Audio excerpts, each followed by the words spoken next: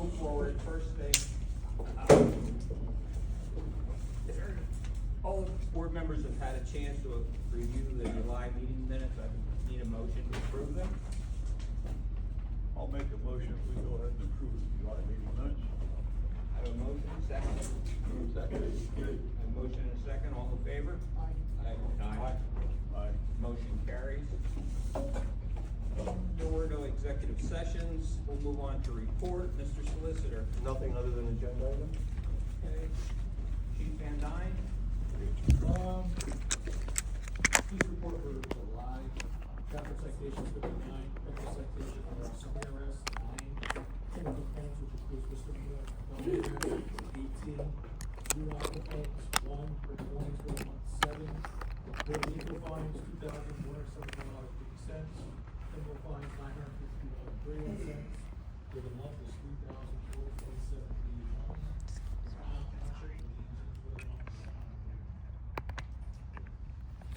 Anything else? Okay. Zoning officer, planning division, Stacy. There are 8 permits issued in July for $7,285.20. And there is a subdivision on Pony Trail Drive, which you have the draft minutes and is in the agenda. Finished? Yes. Park committee, Dennis. Yes, first off, I'd like to thank the Township crew for all the work they've been doing at the park. We have one project left, is painting of the pavilion and stuff. And also, I want to invite everybody, 22nd of August, we're having a dedication for the new playground equipment. That's from 12 to 1. Hopefully the newspaper will make it. Also, the parking area across from the park, we seem to have some vehicles that are staying there after dark all night. I didn't know what we could do about that. The parking in the parking lot? They're staying there all night, Scott. Of the parking lot, I mean, the parking lot's a parking lot, they cannot do anything inside the park, because the park closes at dusk. Yeah, but isn't that a part of the park? Isn't that marked? What we consider? Public parking. I mean, that's obvious. Are they throwing garbage out or anything? Well, not that I've seen as of yet, I don't know. Sean might be able to tell you better on that, you know, when they come to mow and stuff, but I know there's 1 or 2 vehicles that stay there all night. The only way to rectify it, I mean, it's probably homeowners that are residing down there. I know the one address there on Draper Street, they have quite a few cars in that general area. And so, I mean, it's public parking, unless the township wants to put signage up that from this time to this time, it's only allowed parking, and then after that time, there's no parking. Okay. Or have to decide. That's Just let it? it go for now, Yep, unless there's garbage or something on the property. okay. Anything else, sir? Nope, I have one comment on that, Denny. yeah. I might have a volunteer that's gonna help join with the, committee. You know, you're soliciting people to try to get involved. He was supposed to call you, hopefully he did, Dave Van Horn. I haven't heard from him. Okay, well, I'll have to remind him. Okay, Thank you. thank you. Sewage enforcement officer McDevitt is not present. Roadmaster Sean, not present. Sean's report is in the packets. He called in sick today. He's having some issues with his foot. But his report's in your packet. Nothing new to add. Item 8, emergency management, Sergeant Shaw. Nothing. Township manager Eric. We completed the closeout for the COVID-19 funds the township received during the pandemic. All that paperwork was received and accepted by the federal government, so that's all behind us. We've been working with Sean and Mike to identify traffic signs that need to be replaced at the traffic light intersections that are our responsibility to maintain. We're requesting quotes to replace the signs, so look for some more information on that at a future meeting. And we've been spending a lot of time this month compiling information to file right-to-know requests. So there's a lot of time that we've been dealing with that stuff that we haven't been dealing with other normal township issues. We continue to work through the project to scan the maps and files from the Township Zoning Office. The project's currently being scanned, and we should hear back shortly with when the electronic documents will be available. And our liquid fuels compliance audit for 24 and 2025 has been completed and accepted by the Auditor General's Office with no findings. And under item 6 for the financial report, the balances as shown on my report have been reviewed and reconciled with the QuickBooks. Anything else, sir? That's it. Okay, citizens' comments. This time, if you would like to discuss something other than what's listed below under old business or new business, please raise your hand. You can stand, I'll recognize you, and you can have the floor. Is this included out of some ordinances or no? No citizens' comments on any other subject? Yeah, I have one for Scott. I know it's been an issue with the police before, but traffic on Frosty Valley Road, horrendous. And I know they posted officers out there different times. They're passing on those double yellow lines. Denise Ottaviani almost got hit a couple times, trying to pull in her driveway. They're passing her on the left-hand side, and she's trying to pull in her driveway. And on out the road, the S-turn, they're passing on that S-turn. It's terrible, and I know the police have been there, and they can't be there all the time, and I don't know what the answer is, but school's starting, somebody's gonna get killed. And, it's gonna happen, it's just a matter of when. Past our house, there's 5 or 6 motorcycles, ask the dudes. 60, 70 miles an hour, there's 4 or 5 of them in a group. Vroom. It's terrible. Now, I don't know what the answer is, and I know, Scott, you can't have people there all the time. I know you put people there at different spots. I just don't know what the answer is. Our officers conduct traffic enforcement in that general area quite a bit. Yeah, So, and I don't know.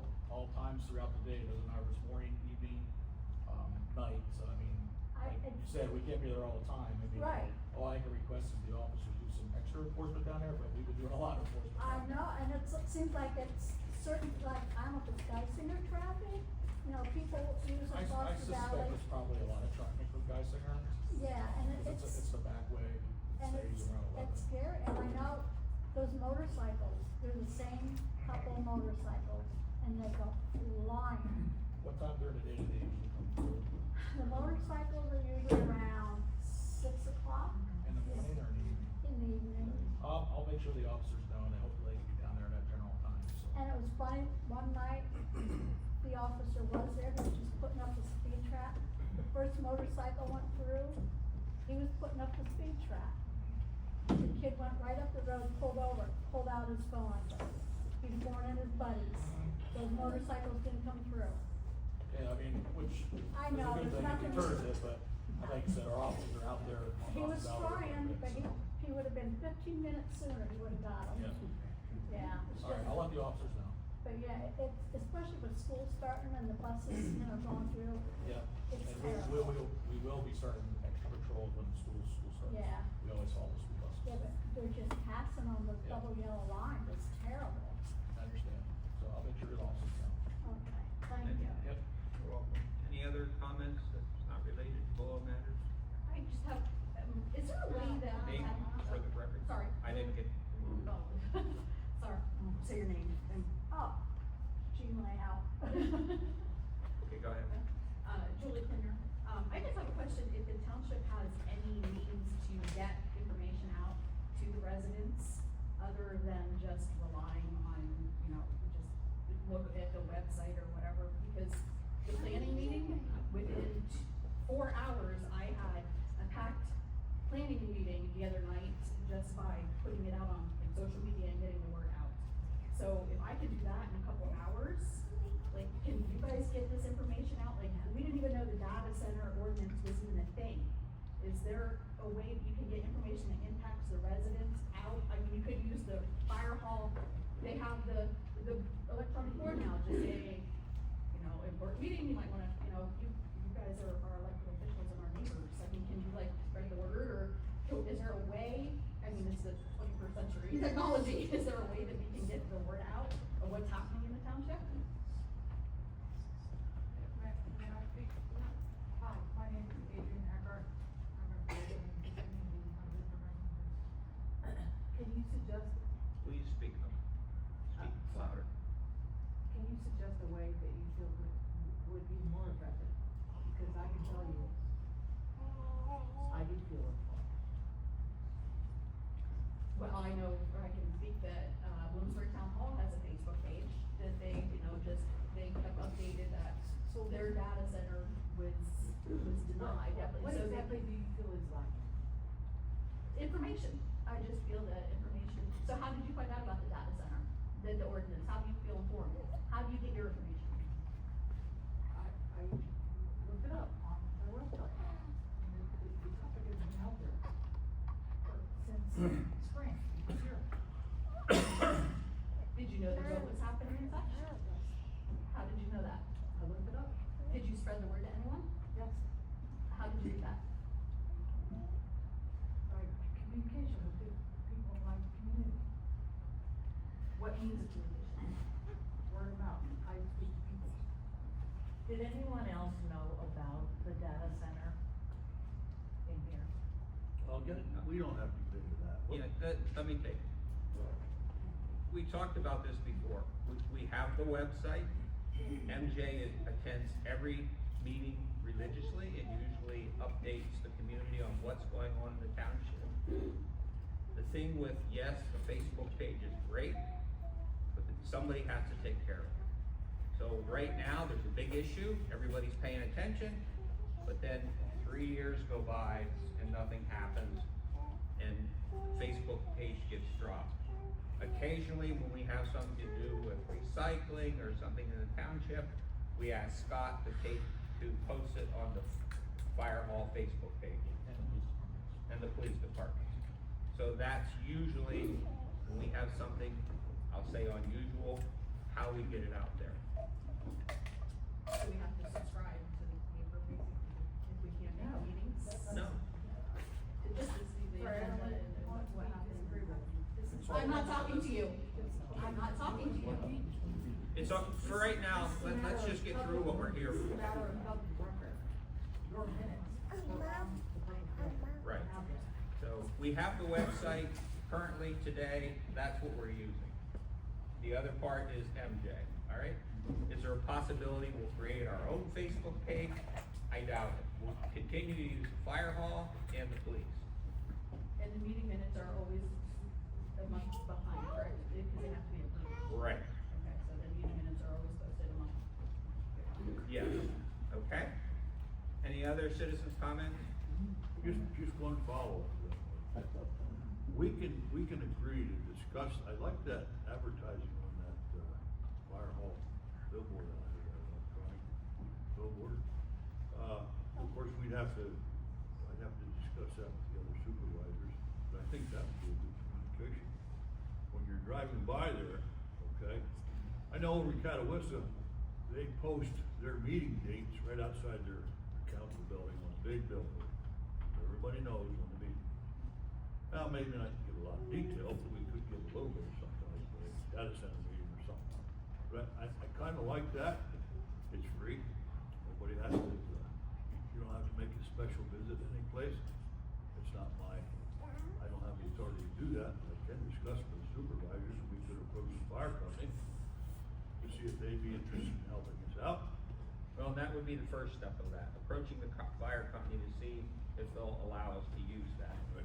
That's right. That bring up the meeting. Okay? Last question on this, go ahead. Jim Jim. Garman, I'd just like to say, being in the town of Bloomsburg, we rely on three things: We rely on our town manager posting on Facebook. Facebook is a mainstream. Facebook, everybody goes to social media. And we rely heavily on the newspaper, which MJ does a fantastic job of. And we rely on the, I can't think of what else. But we rely on all this, but Facebook would be your major thing, because I would almost bet everybody in this room, minus a couple, oh, you can shake your head, no. I'm gonna say most everybody in this room goes on Facebook every day. Well, Okay, you have a this couple subject is no's, closed. but Let's move on. most of them do. All right, we're finished with citizens' comments, if nobody has anything other than what we discussed. We'll move on to old business. Consideration to authorize advertisement of amendment to the township zoning ordinance relating to data centers and other associated uses. All right. So, we had our hearing, and we've received several comments related to that from the general public, which I believe all the supervisors have had an opportunity to review. In a lot of cases in reviewing those, many comments related to things that were already included in the ordinance. There were several comments that would be considered substantial amendments to the ordinance, and if the supervisors cared to entertain those amendments at this point in time, it would require an additional public hearing to consider those. There were a couple of comments that were considered minor. The two amendments that I would recommend the supervisors consider including in this would be for, one of the comments was the height was inconsistent with all of the other height requirements in the industrial zone, and to make it consistent with that at 50 feet. The other comment was related to the noise studies and sound, and not only considering decibel A, but also decibel Cs, which are a lower frequency in the sound studies. So my recommendation to the board would be to include those two amendments in what was reviewed and discussed at the public hearing, and then move to advertise to adopt the amendments that we have in place. The issue that we run into and we need to keep in mind is that our moratorium on this expires September 8th? September 6th. So if we move to advertise for adoption of this, then we are covered by what's referred to as the pending ordinance doctrine. So anybody that would attempt to try to submit a application for a data center at this point would have to be subject to that ordinance, even if it came in prior to the adoption, the formal adoption of that. There was a suggestion or a request or recommendation that we invoke an additional 180-day moratorium. Under the municipalities planning code, we're not permitted to do that, so that's not an option at this point. You've got one 180-day period, and the other thing is that you are now not permitted to impose an additional moratorium for 3 years. So, under the FTC. So, right now, that's not an option. Someone had raised the specter of the state adopting laws related to moratoriums on data centers. The state is proposing an 18-month moratorium, however, it's not law. And it's based on my experience of working with the state and laws. Don't count on anything until the governor signs it. Because right up until the minute that he's gonna sign something, things can change. So that would be my recommendations to the board. I've got copies of all the comments along with my comments, which I believe I provided to all the supervisors. But if there's any questions on those, we can discuss them. So what I'll be right with you. So what we're saying is, have until September the sixth to get something in place. Correct. We can move forward with what we have. As soon as it is approved and in place, then we can go back and change things. Correct. Which will require other public meetings. Correct. Alright, so nothing would be changed without everybody's public knowledge. Correct. But we have to walk a fine line of how strict we can be. Absolutely. So we can't do something crazy that clearly says, hey, we don't want you here, we're gonna do everything in our power to stop you. We have to walk the line, because that, when you go crazy, that opens the door for them to appeal in court. Correct, and the issue becomes that if you adopt provisions of an ordinance that are deemed unconstitutional, that allows for whomever challenged that to do whatever they want, wherever they want, if it's deemed unconstitutional. So even if you've already established a zone where it's to occur, and somebody says that, well, your ordinance is unconstitutional, and I've brought the challenge, what Pennsylvania, case law provides is that a successful challenger is entitled to site-specific relief, which means that even if ultimately, when amended and corrected, the ordinance would not permit a use at that location, because the person who brought that challenge, brought it and was successful, they're permitted to do that use at that location. Go ahead. I think we want to talk. Oh, excuse me, I'm sorry, you had to raise your hand. So you, cited like an additional 188 days, and that's not. That's not an option. Is there middle ground, for example, 90 days?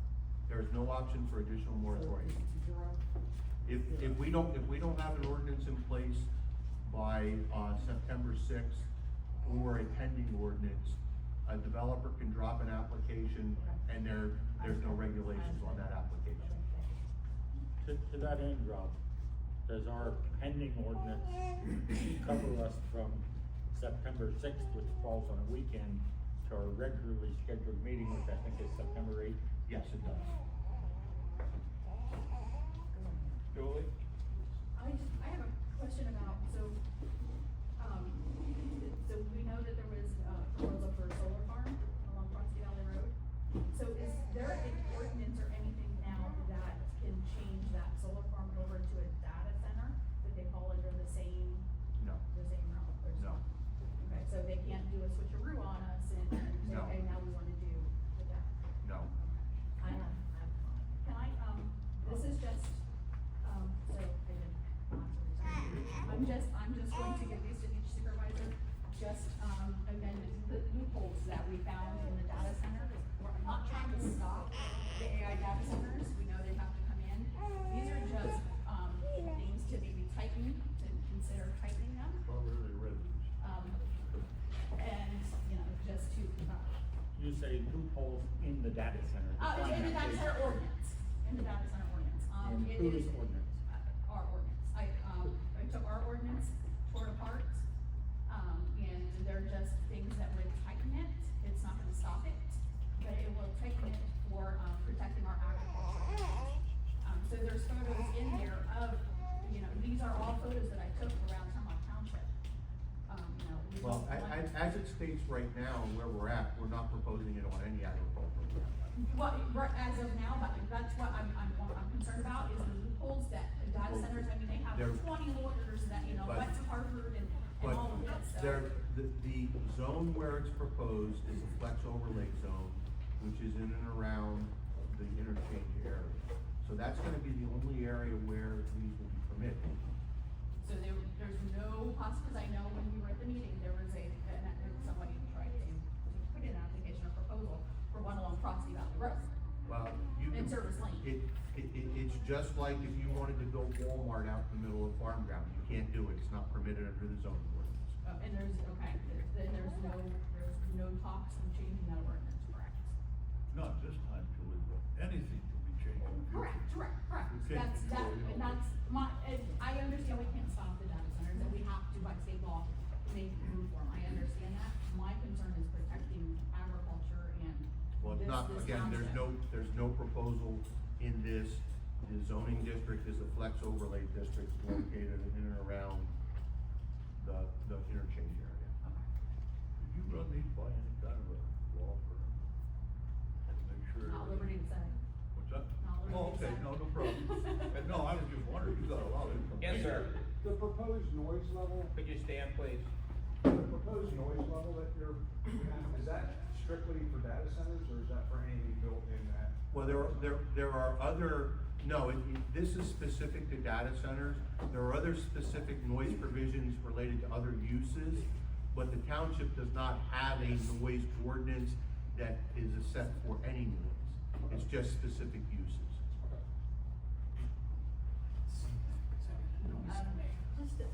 Just to get an understanding, I'd be curious to know how many of you have actually read the proposed ordinance. By show of hands.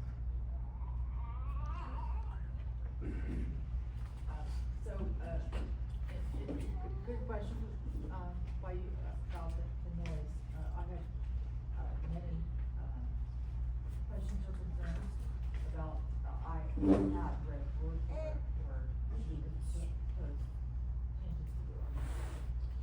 Specifically, as it has to do with the noise. It is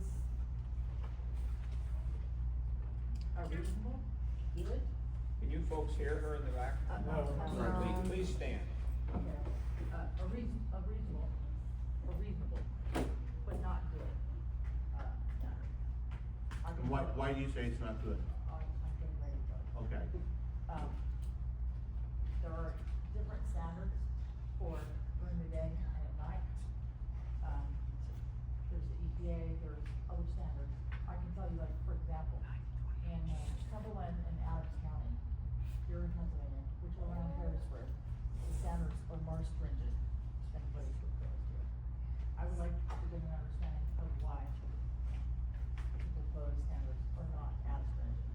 Okay, I can answer that question. Do you know what the background noise in an area like the interchange is? So absent a data center, do you know what the background noise is? What the background levels are. So absent anything else, if you were to go out in the area right now and take a reading, do you know what those readings would be? That is not my area of expertise. My question Okay, is so to you. what I'm going to tell you, then is State to me the basis for your conclusion. the background levels for that, the noise, requirements in this ordinance fall within the background levels.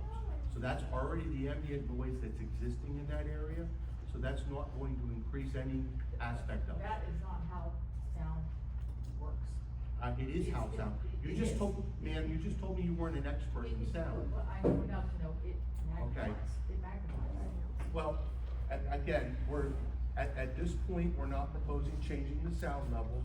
The reason, again, we've got to be able to justify what we include in an ordinance and why it's included there. And if the township were to include noise levels that were below the ambient background noise of the location where it's being permitted, then that would be considered unreasonable.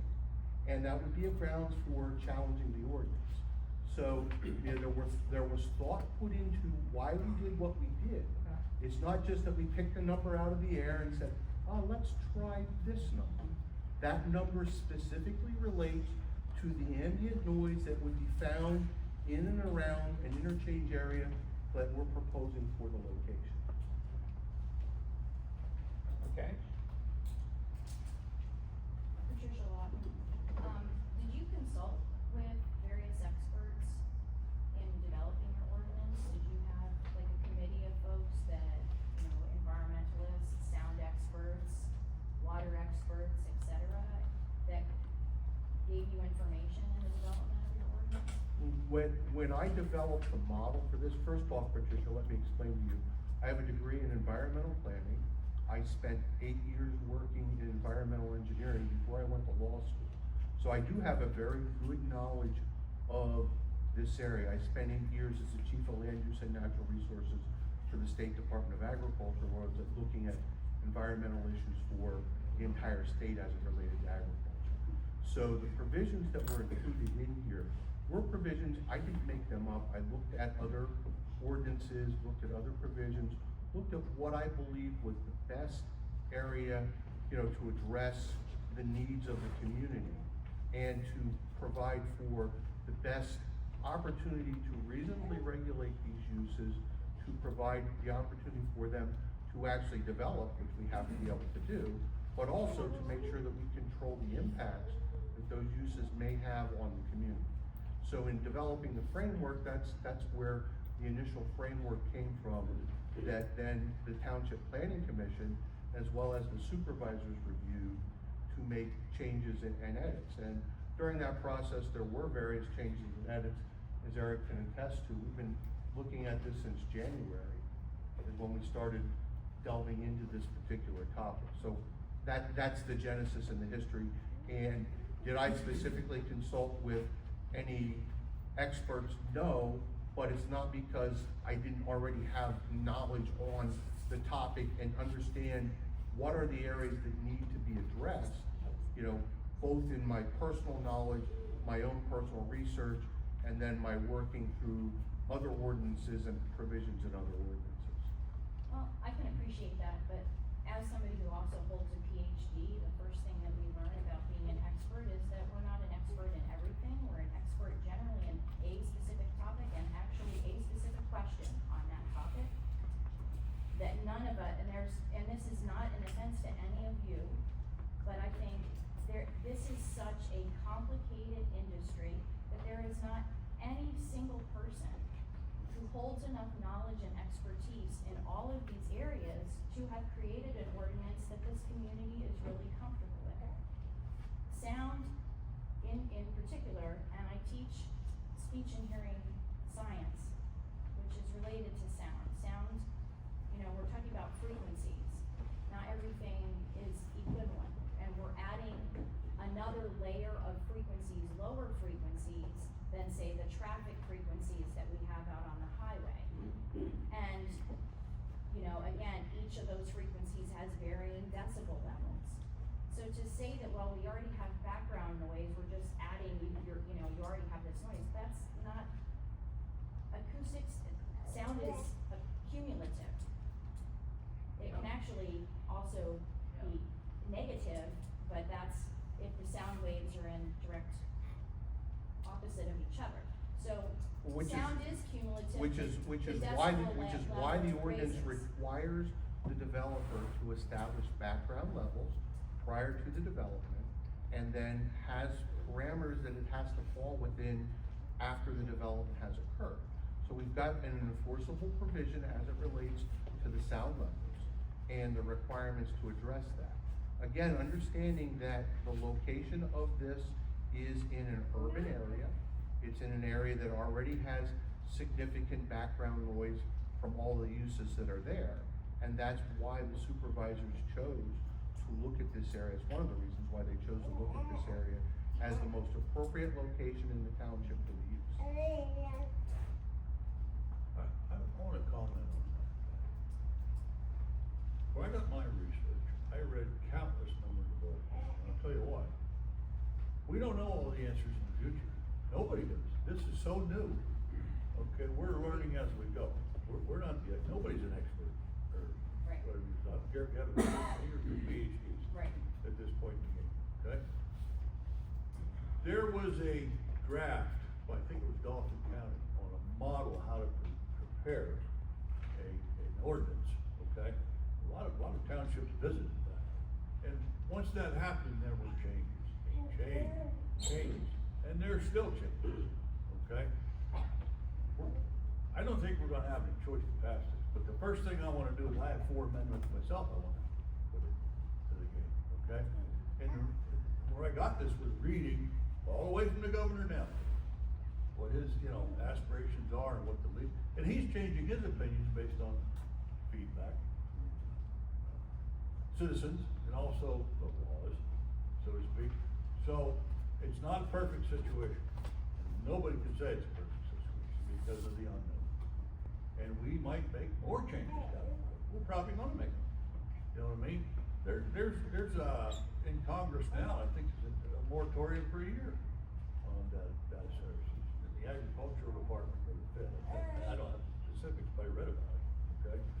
So don't be surprised if things change next week. And that's the future, you know, and we can't predict it. So I wanted to let you know that, because you asked where we get all this information. Some of that information is not available, because it hasn't been done yet. Okay? Now, what I'm saying, I watched CNN the other night. Now, supposedly, data centers are great now. They're gonna go with a closed loop system. They're gonna, power themselves, bring their own electricity. They're gonna, reduce the noise levels. And then my question was, what about the deer, the rabbits, and all the other animals, and all the environmental? And not all that's been addressed yet. Well, I think It's that's, ongoing. for residents, our concern is the data that is coming out of areas where there are data centers, is the animals and the birds are gone within a 5-mile radius. We're waiting on that. You know, information. that this is, the water is contaminated, there are children with Okay, cognitive I'll get to you deficits. next. So I think, as residents, and many of you folks being friends and neighbors of all of us, right? We want to have the assurance that you are doing the absolute best, consulting with experts, that you protect us. Well, how can we give you that You know. assurance? How can we protect the future? How can we assure you, Patty, in 10 years, this is gonna happen or that's gonna happen? We can't Well, I control think, it. again, I understand your point. I want an answer. willingness to potentially update with amendments. And again, some transparency in consulting with experts. There are environmental experts right up here, at the university. There are people, easily attainable to us here, in experts in all kinds of areas that could help in informing you all. I just think this is something big enough and important enough that we should be utilizing all of the resources we possibly can, and having all the key stakeholders at the table to ensure that, again, it's not that any of us are completely against a data center, but we want to ensure that if something were to come in, that we have the ability to protect our air, our water, our families, our properties, etc., from the harms of such an industry. And that's why the provisions are in the proposed ordinance that address all of those areas. And that's the purpose, to ensure that whoever's proposing whatever type of a development, that all of those areas are addressed. And it's, the purpose of this is that it's a conditional use. So it will allow for, if an application were to come in, it will allow for the supervisors to attach reasonable conditions to any approvals that they may grant related to whatever the specifics of the use is. Because unfortunately, we don't know a specific, when we write the ordinance provisions, we don't know the specific location or the specific business model that a developer might be proposing, which is why the supervisors have that flexibility at the public hearing. And again, if an application were to come in for a data center or any of the other uses, the battery storage, or energy production, they're all conditional uses, which would require the developer to appear at a public hearing before the Board of Supervisors to present their information related to their application and explain as to why and how they've met the ordinance requirements. There's also the opportunity at that point in time, related to that specific application, for anyone who is considered a party, anybody that lives close by, anybody that has a vested interest in it, to also present information and testimony at that hearing to the supervisors related to that specific application. So, depending upon where the location is of that application and the scope of that application, there may be considerations above and beyond what's the ordinance requirements that the supervisors may consider and may include as conditions on that specific application. Okay? Sir? Oh, yes, this is Name? Robert Lorenzo. I live in Fox State. Question for you, and we're within that circle of whatever, Now, I've been employed by the nuclear industry for 33 years in the operations department up in Susquehanna. Question for you, how are you gonna power these things? And what's the amount of energy they're gonna use? That's up to the developer? Well, that's, I'm saying that's a developer requirement. well, the reason I'm bringing this out, and this is something you have to be aware of. I saw something last week, they're building these, to power themselves, reactors that go down a mile down, actually 6,000 feet. These reactors have no safety systems, they have no shielding. Now, they don't have to leak. To activate the groundwater, to activate the rock, to put radiation into the ground, and make it as simple as possible. Now, are you aware what this will do to the groundwater? I know they're gonna say nothing, they're gonna prove, Well- but I'm gonna tell you just let me finish one thing. From what I have seen and what I know does happen, you're gonna have problems. You know, when you put fuel down there that far, they wouldn't even put it in Yucca Mountain in the desert because they're afraid of it. We have it stored up on site, every plant does. How are you gonna be assured in the future that this water supply isn't gonna be contaminated? I heard you say on the 14th that nuclear is one of the things that you were approving for data centers and nuclear. No, what we did was we included nuclear, we included power generation as a specific separate use within the ordinance. Prior to this, and, you know, historically, and again, I've been doing zoning work since 1993. So prior to this, you did not find anything in zoning ordinance related to power production.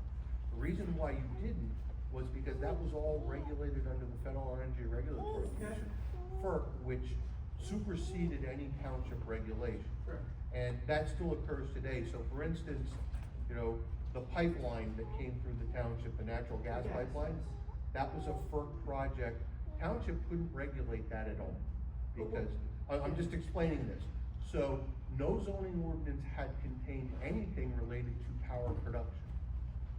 The township now will include provisions related to power production, which again, as we've discussed, are conditional uses.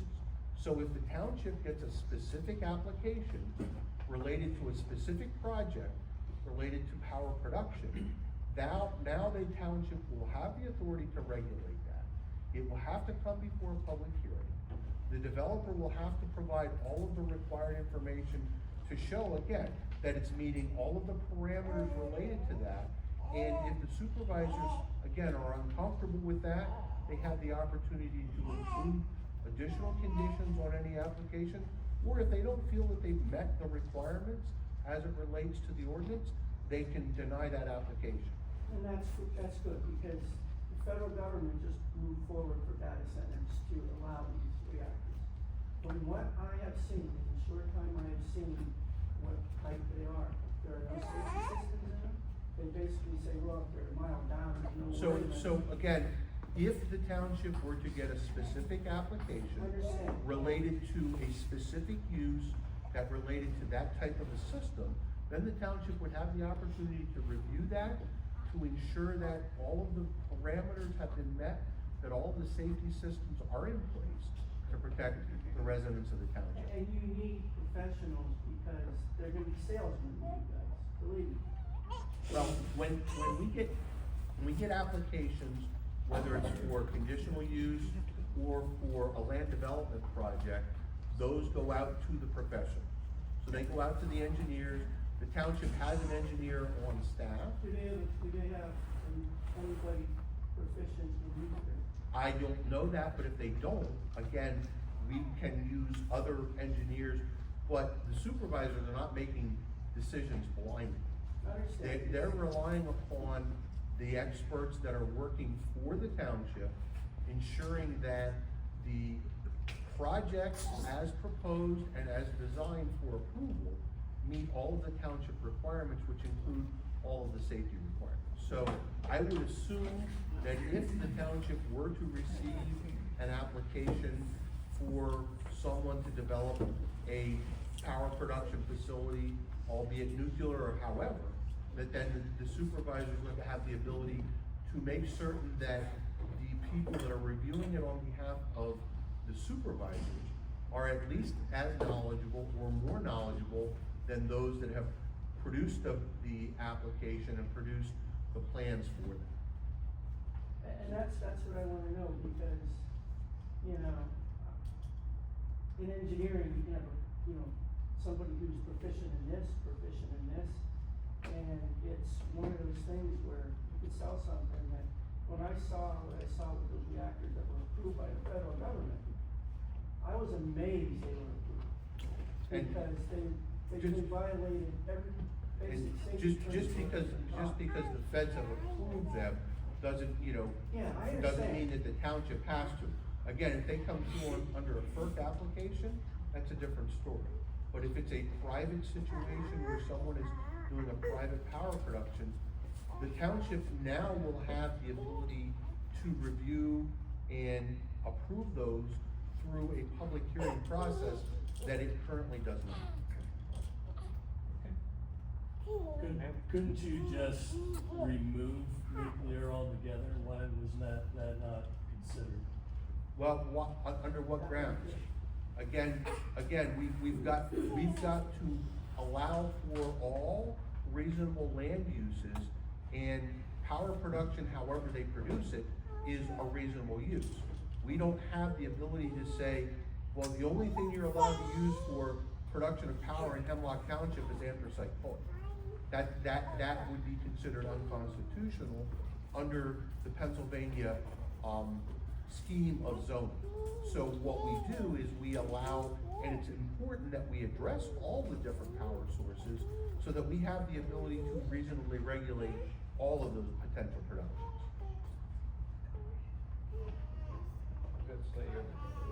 Well, then Follow up with your. My point? Okay, sorry. All the years I've been in nuclear, over 3 decades, nuclear power is special in need. It doesn't even come close to coal, solar, gas. There is no, because of regulation required, that they're removing, by the way. The regulation required to keep it safe, okay? There's no comparison. And that's why it drilled into my head for 30-some years, we're special and you just can't turn it on and off. It's always there. Understood, and And I'm just letting you yeah, guys and know that, I'm not that's, trying to. again, that's why it was spelled out, just, again, from your perspective, my personal perspective, I did my internship when I was in college for an engineering firm that did emergency management for nuclear facilities. So I've been around and understood, I've been trained as a, emergency responder related to nuclear incidents, and I'm a volunteer for the Columbia County Emergency Management Agency, whose primary purpose and focus is dealing with emergency issues related to the Susquehanna Steam Electric Station. So That's where I've worked. again, just so you understand, it's not something that we haphazardly looked at, and it's something that is of great concern to me personally, based upon my previous experience in the industry. And it's something that, is important that the supervisors have the opportunity to be able to review if a private entity is proposing any power production facility, but more specifically a nuclear production facility, because of all the serious concerns related to emergency management. And that takes it to a whole nother level, and that's why I want everybody to be aware. Yep, absolutely. And that's, it shouldn't just be grouped with everything. Yeah, absolutely, no, and that's why it's spelled out separately in the ordinance and has separate requirements. And again, the emergency management requirements are gonna be very significant if someone were to propose that. The fortunate thing that we have in this region and in this community is that we do have the Susquehanna Steam Electric Station, and we have a lot of people who have expertise in the area, first off, but also are very aware of, the potential issues. You take somebody proposing a private nuclear power production facility, say in Cuyahoga County, who does not have that expertise, that could be a real challenge there more so than here. Never said anybody didn't, I just want everybody to be aware that somebody comes in here and says, we wanna do this, it will mess up the groundwork. Understood. And again, there'll be an opportunity to review and comment on very specific applications when we receive those. Thank you, we appreciate your input. Jolene Walker, I have a comment and a question. The comment is, have you taken anything that has been suggested by a resident as far as changes or kind of additions or revisions of some of the ordinance? Dr. Bull had a lot of suggestions that we all were made aware of on one of our websites on Facebook. And it sounded so, absolutely legit that that's one thing that I'm very concerned with, and I'm not aware of that many people that maybe had suggestions, changes, amendments. Did you folks do anything with Dr. Bull's suggestions? Well, I'm not sure whose recommendations I reviewed, because I didn't look at where they came from, 'cause that's irrelevant to me. Right. But in looking at that, the ordinance that is, that I'm recommending for the supervisors to adopt does have some changes as it related to the sound requirements that were offered and proposed by commenters after the public hearing. Some of the proposals that were put forth, again, would be considered significant, and if we chose to address those at this point in time, would require additional time, which would put us outside of our moratorium, which, and if anybody recalls at the hearing, I made the comment, and it has been made today, that this is going to be an ongoing process. As we learn more, and we learn more, things that we, first off, may have failed to consider, that we need to consider, or are there ways that we can better address those potential issues? So this is an ongoing circumstance and situation. Again, the good thing is, as I've said, is that while there are parameters in the ordinance that a developer must adhere to be granted an approval, at the hearing on a specific project where we're reviewing specific plans at a specific location, the supervisors have the ability to attach additional conditions to any approval. So if there is a circumstance and a neighbor or an interested party at the hearing brings something up that says, hey, you should be considering this as it relates to this specific application because it has the potential to cause issues here, the supervisors have that ability to review that, consider that, and to include that as a condition of any approval that they might grant based upon a specific application. And my comment is, I just want you to know how we felt at the July 14th meeting, and being like 126 days into the moratorium, finding out there's a 30-page ordinance, and we're already 70% through the moratorium. I felt like we really have a lot to deal with. A 30-page ordinance is a lot to look at. It's a lot of technical language, and we're worried that it's something that we should have known about sooner. And because we don't seem to have a very good way of learning things, at least in my opinion, to feel like we kind of have 30% of the moratorium, and yes, something has to come in place. That man that walked up to your table without announcing himself, where he was from, anything, was so devastating to me. We were all being asked to say our name, our address, are we a resident? And that was so rude, and it almost seemed like he was a plant to me, and he just walked right out of here like, I'm here for something I'm doing. I don't care if people are gonna recognize me or not. Here's where I wanna put a data center. I mean, if you were me, or any of these people that all of a sudden realized what was going on. It was just like ridiculous. It wasn't. Well, Can at- you address that, please? At a public. Please don't address me. No, No, not well, you. so No, let you me, address it. let me address, please. At a public meeting, everybody has an opportunity and a right to speak what their opinion is. But we had to be recognized. Well, he was recognized as well. We got his name on the record. He was. Okay, Yeah. yeah, well, that's okay. Yeah, no, I Okay, mean, yes. we had that on the record. He was recognized. He was recognized as a representative of township landowners.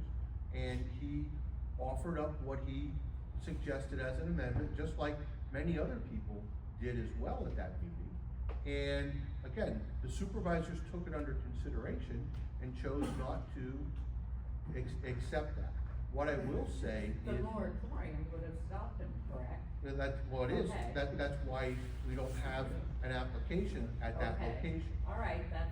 So, you know, regarding the process, and again, you know, this has been going before the planning commission, Eric, since February? Yeah. So, you know, again, if citizens had concerns about data centers in Hemlock Township, how many calls did you get related to data centers, Eric? Prior to the hearing? Prior to the hearing, I don't think any. I'm not So surprised. I'm just saying I'm not that, surprised. so I'm just saying that if citizens of the community have concerns, they need to raise those with their supervisors. And had someone called and said, I'm concerned about data centers coming into Hemlock Township, Eric would have told them, well, the planning commission is currently considering amendments to the zoning ordinance. But we That- didn't know.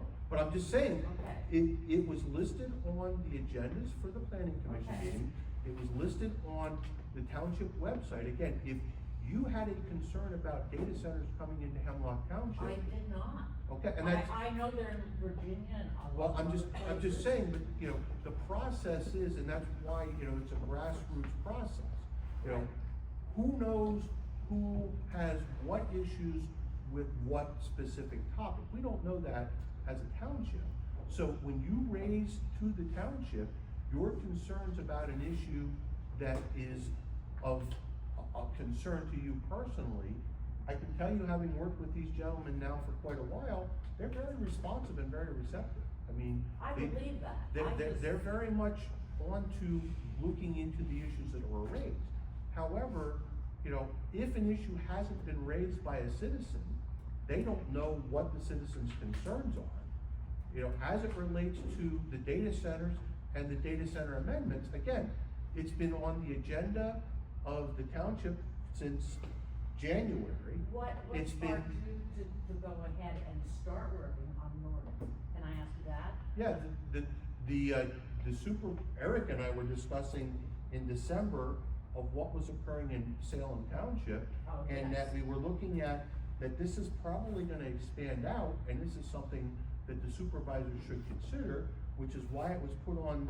We're trying to be proactive. Which is I why. agree. Which and is why it was put on the. I wish we knew this sooner though. Yeah. When I look back to March 10th, when the moratorium was put in place, I'm realizing that we all missed the bus there, totally.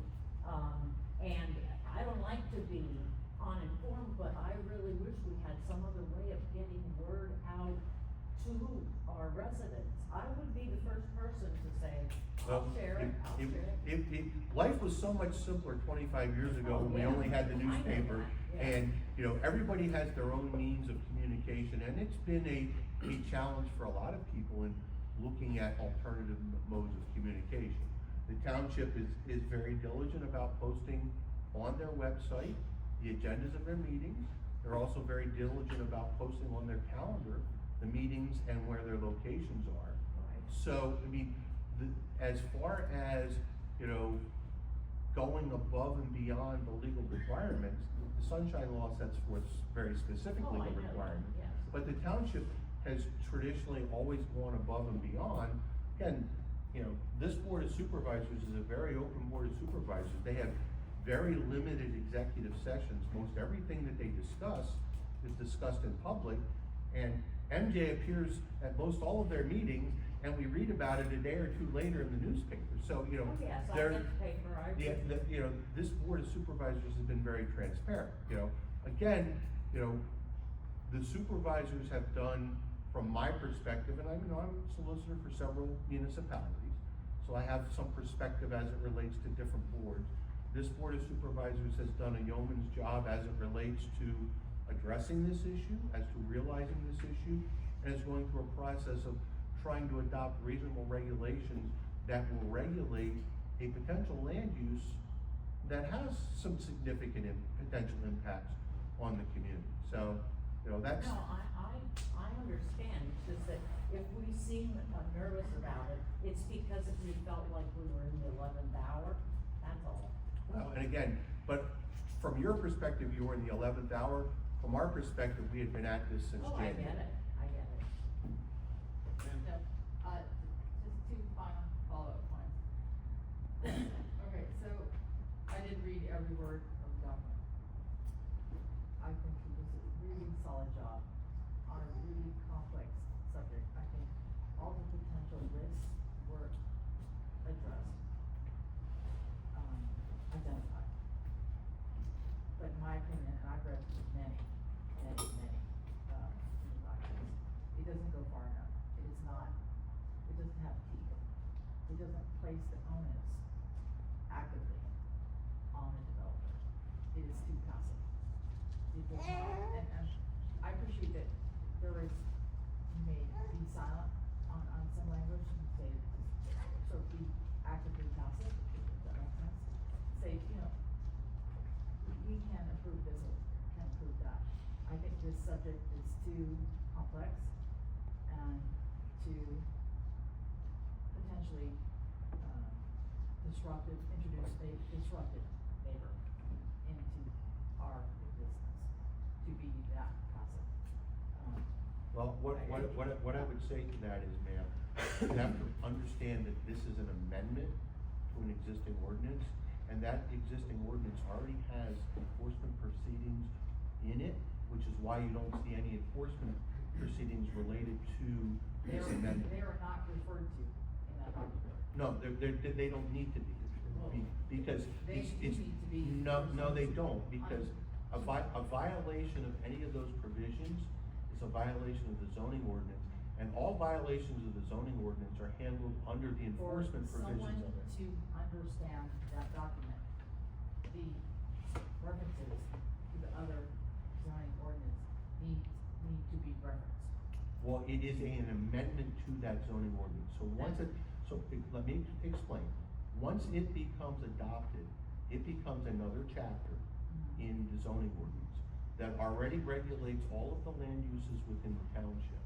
And all of the enforcement proceedings that are now required under those existing uses. Why is that not explicitly stated? Because it doesn't need to be. That's because, sloppy. well, it's not sloppy, it is not, it's an amendment to an existing ordinance that already contains enforcement provisions in it. Okay. All of the existing enforcement provisions in the ordinance will apply to this My second amendment. point. What is specifically missing, this is my most important point, I promise I will stop talking. None of the stipulations are expressly described as not grandfathered. That is to me the most critical. What do you mean not grandfathered? That when the endeavor gets underway, you approve a developer, some data center, whatever. The regulations as they exist at that point, they comply with them. Building a data center is not a 20-minute endeavor that lasts 30 years. What is missing to me is the explicit requirement that the developers, owners, whatever, are specifically not grandfathered. In other words, Well, let me I finish, can, please.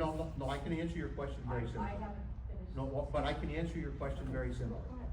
So, under the municipalities planning code, we are not permitted to retroactively enforce regulations against a permitted use.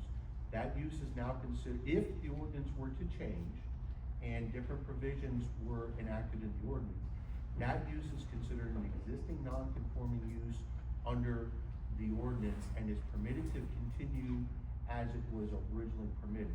The law, the state law that allows for a municipality to adopt and enact a zoning ordinance does not allow for the township to retroactively impose new restrictions on a use that was previously permitted. So what are the remedies? There are no remedies as it relates to zoning. What are the remedies to relief? Like, for example, people no longer build houses with asbestos for a reason. But we can't allow them to build a house with asbestos today, per se. However, a house that has asbestos in it is allowed to continue to exist, and it's allowed to continue to have that asbestos in it. That's the law. But as it relates to land use and zoning, you know, for instance, if and I'm just gonna use this as a crazy example. No, but asbestos only impacts the people who are in the house. This is not what we're talking about. Okay, well, what I'm explaining to you, man, is so go back and give you some basic civics here. The townships, all of the township's authority is derived from the state legislature. So absent the state passing a law that says you township have the authority to do this, the township does not have that authority. The law that was passed that gives the townships the authority to enact zoning ordinance is the Pennsylvania Municipalities Planning Code. Within the Municipalities Planning Code and within very large body of case law, an existing non-conforming use is a use that legally existed or, and in many cases, existed even prior to the adoption of any zoning ordinance. And the zoning ordinance under the MPC, which is the law that allows the township to regulate, very specifically provides that the township is not allowed to retroactively impose a provision of the zoning ordinance on a use that legally existed prior to the adoption of that zoning ordinance or that amendment. You just repeated everything you said. Yeah, so I'm just saying, so we don't have, the township does not have the legal authority to go back and say, okay, we changed our zoning ordinance and we want you now to do something different. So what remedies are there in place? Because sticking with our asbestos issue, that only affects the people in the house. So In the again, data center, that affects. so if a lot. a data center is found to be in violation of the zoning ordinance, the provisions under which it was permitted, the application, the township has the ability to initially start with fines, which wherever Stacy's hiding over there, that's Stacy's job. So Stacy would identify a violation of the ordinance. She would provide a notice of violation. Again, the MPC sets out very specific way that this has to occur and notify them that they're in violation and they have to correct the violation. If they fail to correct the violation, then they can be cited. Now, under the law and under our ordinance, every day that violation occurs is a separate violation and it's subject to a separate fine. And I don't know, Eric, what, are we $500 a day? I think so, yes. So every day that a violation occurs is $500. If after a certain period they continue to violate and not follow the ordinance, then we can go to the court, Columbia County Court. We can request an injunction from the judge to enjoin that action, that operator from whatever action that it is that they're undertaking that's in violation of the ordinance. If we get that injunction and the court does issue that, now we have the ability to have a contempt citation filed. Okay. So if someone fails to follow an injunction, now they're in contempt of court. So while all zoning is a civil matter and doesn't carry criminal, Yes. opportunities, if someone is in contempt of court, now the court can order them to go to jail. And they can hold them in jail until such time as they corrected the violation, which was why that they were in contempt of court. So that would be the general process that we could follow in getting compliance with the ordinance. Do you understand that I had to push you that far to get you to say that? I didn't understand what your question was, ma'am, and that's why I was you know, once I understood what your question was, I tried to address it. Overall, like I said, you all did a really solid, it's really complex, to have the presence of mind, to give yourself 6 months to think about a complex subject, to place a moratorium, yes. You have a communication issue. I have a comment for you, okay? Yeah, go ahead. You're saying this lacks teeth. Yes. I disagree with you. Okay, well, sure. I think it does have teeth, okay? And I'm already gonna propose additional restrictions, okay? The issue is, we're back, our backs up against the wall. We've tried to I'm not sure I'm fine. change, well, you're making these accusations, okay? No, they're And not you're incorrect accusations. about them, okay? Observations. And you don't understand grandfather, okay? Well, I do. Think Go that, ahead. he explained that to you, okay?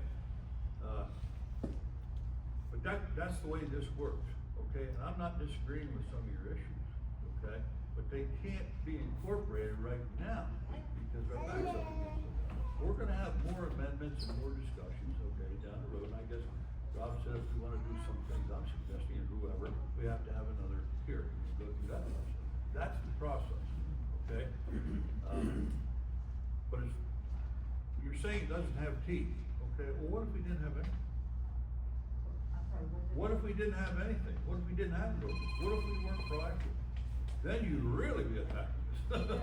I'm not comparing 0 to 5, I'm comparing 0 to 100. I'm comparing 0 to 0. Well, I mean. What if we would have nothing? I'm shooting for 100, I always do. Okay, let's move on. Yes. Who do we got? I just have a question. Quick. Really, really quick. So, and Rob, this is probably for you. So, I know you work for MPL Law Firm, and they also represent data centers. Not that I'm aware of. So they do. Not that, I'm not aware of any, It's on your phone. I'm not aware of any. On their website, on their website. Again, I'm not aware of any Okay, that was representation there. just, my concern is I just wanna make sure that, you know, for our residents, I just wanted to make sure that you're. I have not been, approached by any developers to represent them in any data center applications.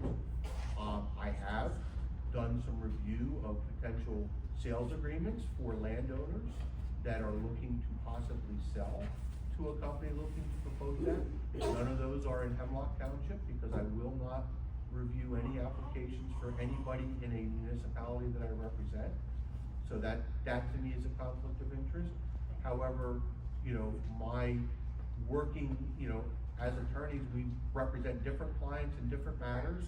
And, you know, again, as my role for the solicitor of Hemlock Township, my role is to ensure that whatever ordinance that they determine to adopt is something that's legally sound, is legally defensible, and that if we actually have to rely on it in an enforcement action, we have the ability to do that. That was my concern was if I saw that your firm represents data centers, I just wanted to make sure. Well, that- again, I Your am. loyalties lie, I Yeah, guess. I am not aware of any specific client that the firm is representing in the development of the data center. But if I there have- was one, you would recruit from Hemlock Township and, like, if you. Oh, yeah, if there was an issue, absolutely. But I'm not aware of anything that's occurring with that. I know that there are other attorneys in the firm that represent other municipalities that again are going through the exact same process that Hemlock Township does. I appreciate that, thank you. Just a quick question, Alton Walker. Just a quick question looking forward. Obviously, there's been a lot of discussion about how complex this is, there'll probably be additional amendments, et cetera. How would you propose we address new developments such as the gravity nuclear reactor and things like that that come up? Is there gonna be a cadence where there'll be a quarterly review of public, where we'll discuss this topic? Is it a month by month? You come to a meeting and say, this is something I found out, this is something you want to look into? My recommendation would be to contact the township or the township planning commission, attend a planning commission meeting, or attend a supervisor's meeting, contact the township, contact Eric, put it on radar that it's a concern, something that you'd like to see addressed, or a question. I mean, I think that's the best route. Again, the process, and just so everybody understands the process, is that the proposed amendments to the zoning ordinance were reviewed and put together by the Township Planning Commission, that were then given to the supervisors to review and add. Additionally, there were these proposed amendments were provided to the Columbia County Planning Commission for their review and comments and consideration, and we added a couple of things based upon the county's comments when we received those. So, you know, it's not that we are sitting here and saying, this is it and we're not changing it.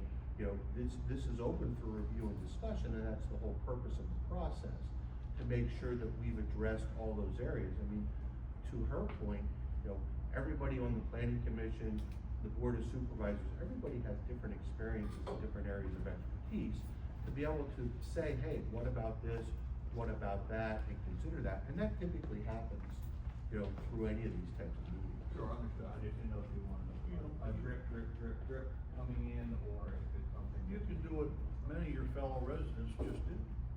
They didn't leave their house, they just sent emails.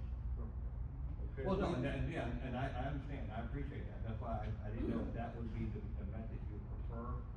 Oh, it's the quickest method. Or if you want to have more structure. You can't attend a meeting, or if you can't go to the planning commission, if you can't do that. Sir? Yeah, Greg Peeler. Sort of on the same point about future amendments, future communications. I hear you about get in touch with us. We'll listen to you. Since the last meeting, I've made phone calls to each of you. I've emailed each of you. I've sent letters to each of you. I have not gotten one response. If you don't like what I have to say, that's fine. I'm not asking you to agree with what I have to say, but at least an acknowledgement that it's under consideration would have been helpful. So when the gentleman over here asks for future considerations, how do we get that information? And you said, just contact us. And I've been doing that for the past month and I got nothing. How do I feel comfortable that in the future, my concerns will be addressed? Come to a meeting. I'm at the last meeting, I'm at this meeting.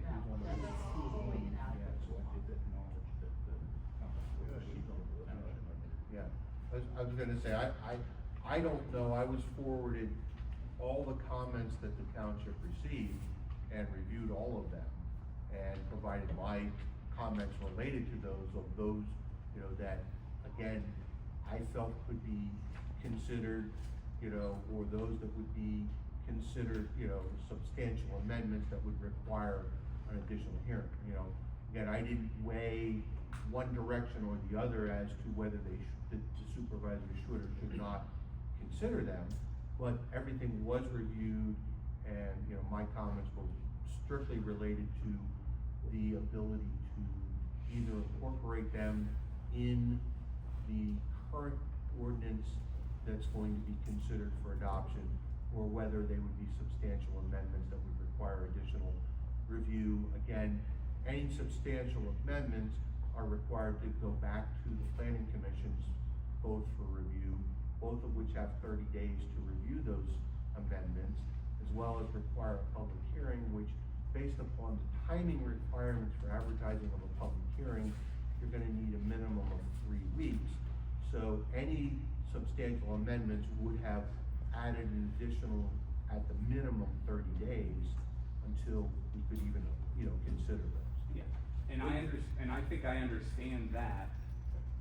And I'm not sure I really, when I wrote the letters, picked up the phone and called, sent the emails, I'm not sure I really expected anything to change by today's meeting or by September 6th, because I fully appreciate that you guys do have your backs up against the wall, and without putting something together and getting something on record, you may end up with something that you don't like. So I do understand that, and like I said, I'm not sure I expected anything to change before today or before September 6th. But for me to get just silence back from everybody, I don't know how I can feel comfortable going down in the future, that any future proposals or amendments would be considered. I don't think I need a response, I just think I need, Yes, you more do. than having to get a response, but We received your comments at the Township building, and I responded to Ann Peeler on July 20th that we'd received your comments and they would be put in for consideration. okay. So we can talk after the meeting if you'd like, just to make sure there are communications open, that went to the right club, but I responded to the email that came in.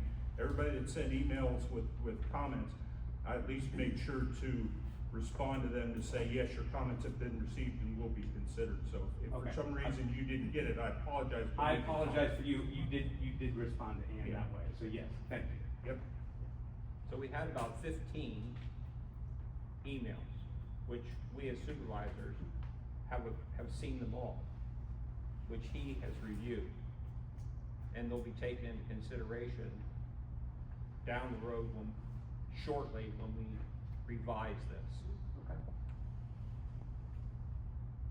Yeah, follow up, what's the proper procedure then, if we feel that an amendment needs to take place in this ordinance, or we would like you to consider one, what would be the proper procedure? Because several of us were at the planning meeting last week and were told that they would not take any comments because the ordinance was already done and had moved on to you folks. So what is the proper procedure then for us to have that be admitted in some way for review? I would say, correct me if I'm wrong, Eric, send an Yep. email to Eric, and he will make sure that the email submitted to the proper area. Because the other thing that we have to keep in mind is that if, under the sunshine law, things have to appear on the agenda, and the agenda has to be Correct. posted 24 hours prior to the meeting. So if there's a topic that you would like to have discussed by the supervisors at a meeting, you need to contact Eric to have it put on the agenda. Is it the same for the planning committee meeting as well, that it would have to be submitted Yes. and requested to be on the planning committee? Yes. Okay, Yep. and is there a certain number of days prior to? Again, well, it has to be at least 24 hours prior to the agenda. For the public For to the- know, but how would you? If we had it a week ahead of time, A week ahead of ideally, time. that'd be great, because Okay. like, I process packets for these guys, and they usually go out on either Thursday or Friday before the Tuesday meeting. So if we have the information a week ahead of time, I can make sure that it's in the packets and that it gets to them. And then just one more question, supervisors, are you concerned about, our ability to handle an emergency at this type of facility, given the fact that all of rural Pennsylvania is volunteer emergency management folks with lack of funding and lack of staffing at this current time, that there's critical issues, in manpower across our emergency management systems? I would think. Like our for that volunteer facility. firefighter, I mean, when I ran for Pennsylvania Senate, I had the opportunity to talk to emergency management folks across the 5 counties of our Senate district, and every single, firefighting station told me the same thing. We lack people, we lack volunteers, we lack money, we spend our own money on equipment and training, our own time to raise the money that we need for equipment and training. And now we're asking a very complicated industry who's, as folks had said, to fight a fire if there were nuclear power or whatever, all of the response that we would need. Is there a concern about our ability to handle that type of facility, given our structure here? There's a concern with any type of development that happens in any municipality. We have box cards that are set up, so for a specific data center, we would set up our box cards for what departments would get dispatched. It just won't be Buckhorn, it'd be Bloomsburg, it could be SB, it could be Bury. Depends if they need ladder trucks, if we need manpower, that's how box cards are set up. So every box card that we have from so we have a commercial box card, which is pretty heavy, and then we have a residential box card, which is pretty heavy because of volunteerism. So if the data center would come in, our box cards would be set up commercially for that. Our box cards right now, they might have to be revamped a little bit if we do get a data center, but our commercial box cards right now are pretty heavy. So we have a lot of resources coming all at once.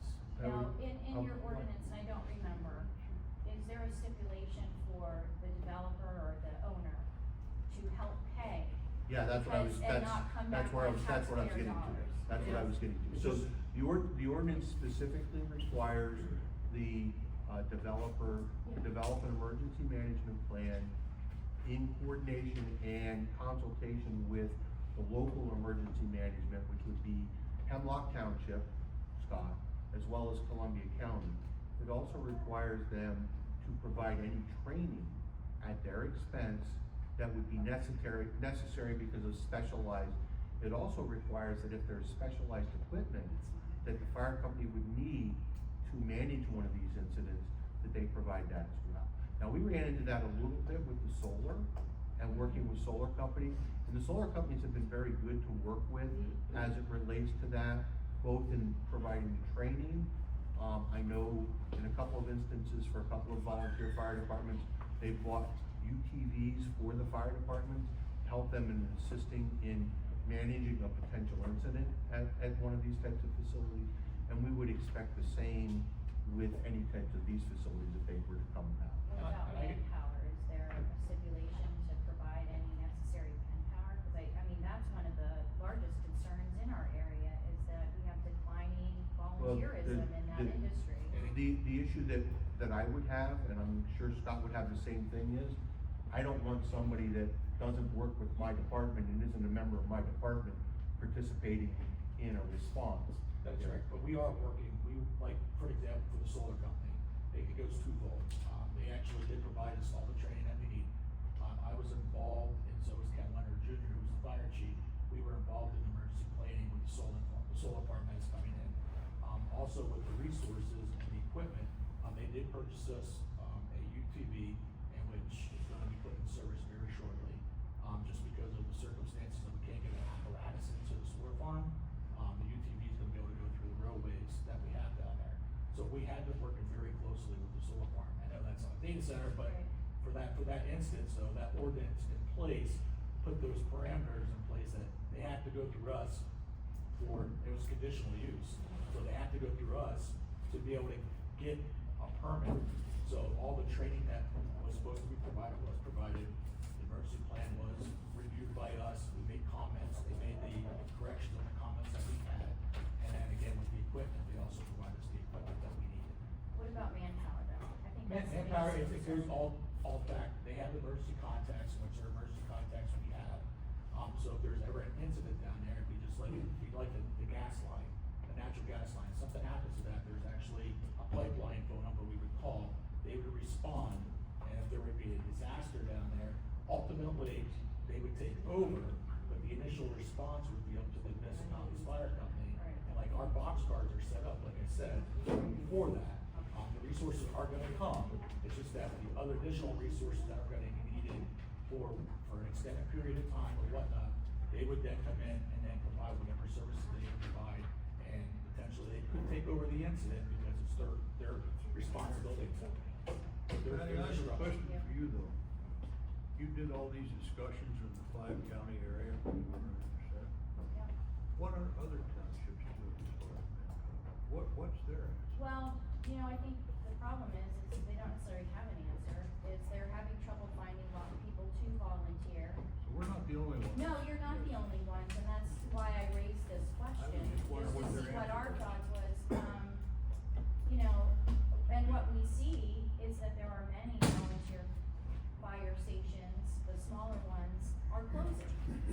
And again, then it stretches the resources of everybody else around them. So, in looking at that, it is really just, and I totally think agree with you. it's. I'm not disagreeing. I mean, Yeah, and I just wanted to, it's a volunteerism- concern, because it's certainly a large facility potentially, and with particular unique circumstances around response. That's why the training is. And I wanna make sure, I think as citizens too, I think, we just wanna make sure, so, hey, if there are people who feel like they can fight a fire or whatever, we might, I think we need volunteers, I think that's a good point. Or to make sure that we're protected, if there is a certain degree of manpower, then maybe the developer owner of such a large facility that does have extreme risk, that maybe they hire their own emergency response folks that work in collaboration with local townships. Yeah, like I said, that would have to But I, you know, I just, I think, yeah. I got a lady back here, I've seen your Mr. fingertips President was go trying up. to raise his hand and you guys were ignoring him, so I just wanted to, yes. Go ahead, back there. That's all. My Thank you. name's Brian Dietrich, I live here in Buckhorn. My interests lie mainly in water development, that's Yeah, where my. Mr. Dietrich, and just for brevity here, because we're already dragging, we have received your letter, we've reviewed your letter. Again, most of what you pointed out you've pointed out several things that have already been addressed in the ordinance. However, some of the things that you pointed out are things that are definitely for consideration as we look to move forward.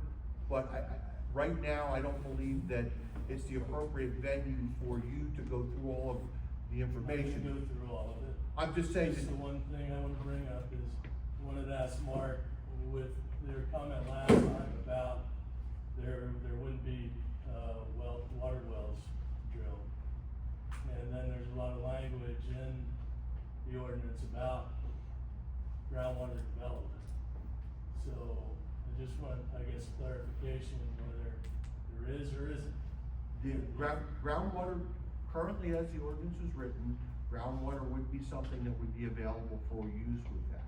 Mark's comments were specifically related to the fact that the location of the zoning district where these are permitted is all serviced by public water. And based upon the requirements for all of the studies and everything that's necessary for someone to utilize groundwater, that it would probably be far more attractive for someone that's developing a system to be relying on municipal water than groundwater. The ordinance currently does contain provisions related to groundwater. One of the things that we've discussed as we've learned and worked through this, and as there have been changes, is the amendments to the ordinance as it relates to closed loop systems, and requirements that they have to show that a closed loop system is not going to be effective, or why. And again, all this would occur at the conditional use hearing for a specific project. But that's certainly something, your concerns, I found to be very interesting. I read through everything. As I've said, unfortunately, what you talked about and proposed would be considered significant amendments to the ordinance. And if the supervisors chose to undertake those at this point in time, it would kick it down and cause us some potential issues with our time frame. However, all of the comments that have been received are going to be considered by the supervisors as they look to additional amendments to the zoning ordinance specifically related to these uses. Okay. Back to the emergency response. In section J2D, it only specifies that they are going to be responsible for the training. It does not include equipment in there. And Well, I know if they say we will, but if it's not in writing, they're not required. And we can't require, quid pro quo situation. However, where this comes to pass, and this is what we did with the solars, was at the time of the development of a specific application.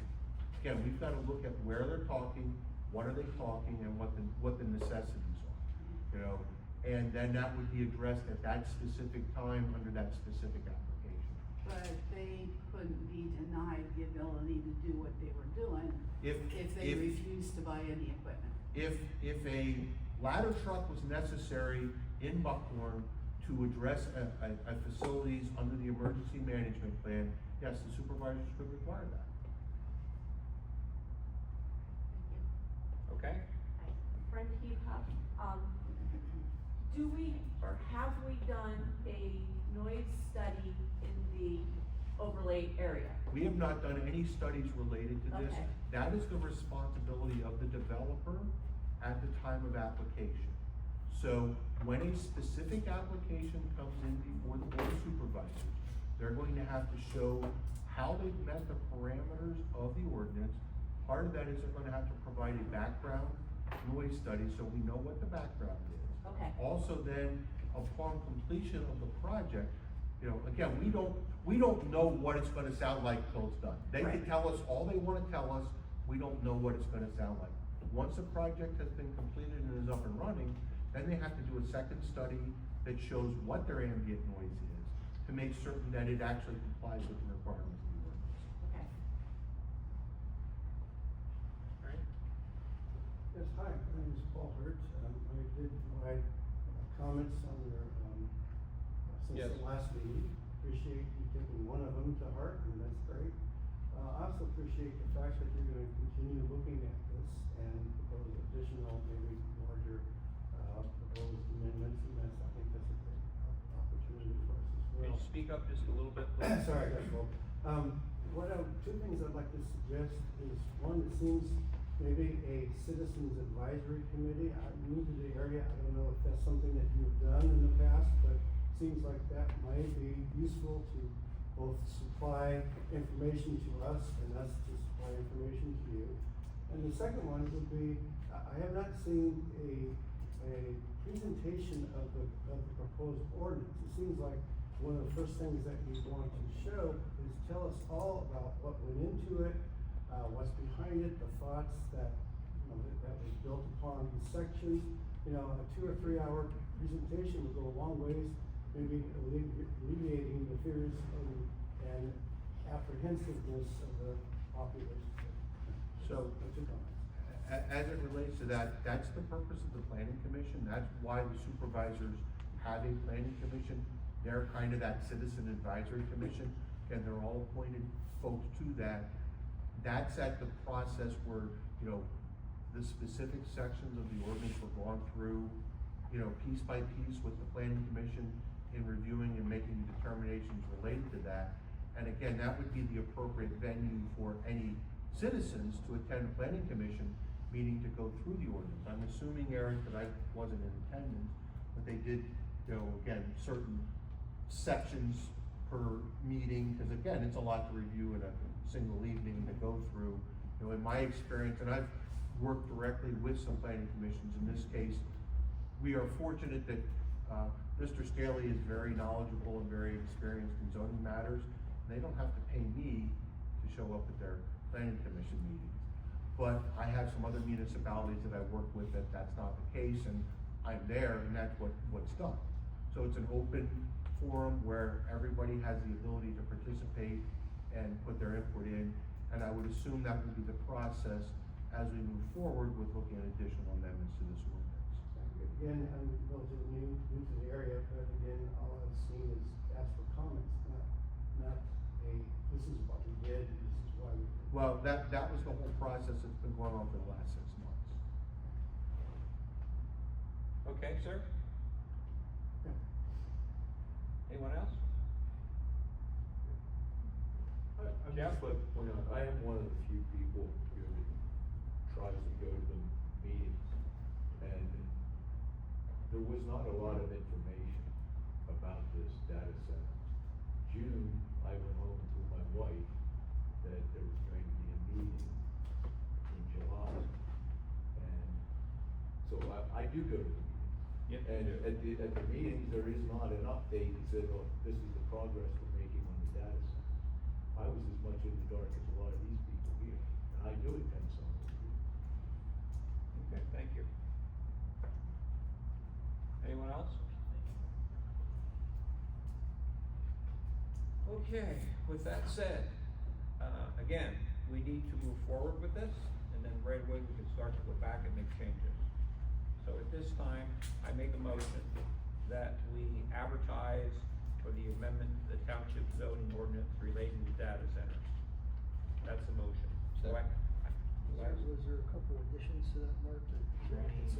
Well, I was gonna say, would be this would be the current version of it, so the most recent version, which, so the changes that were made from the ordinance that was reviewed at the public hearing was that we changed the height to 50 feet to be consistent with all other uses within that overlay district, and we've added not only DBA but DBC as a requirement. So I think the first motion would, that's what your motion should be, to advertise to adopt the ordinance with those amendments.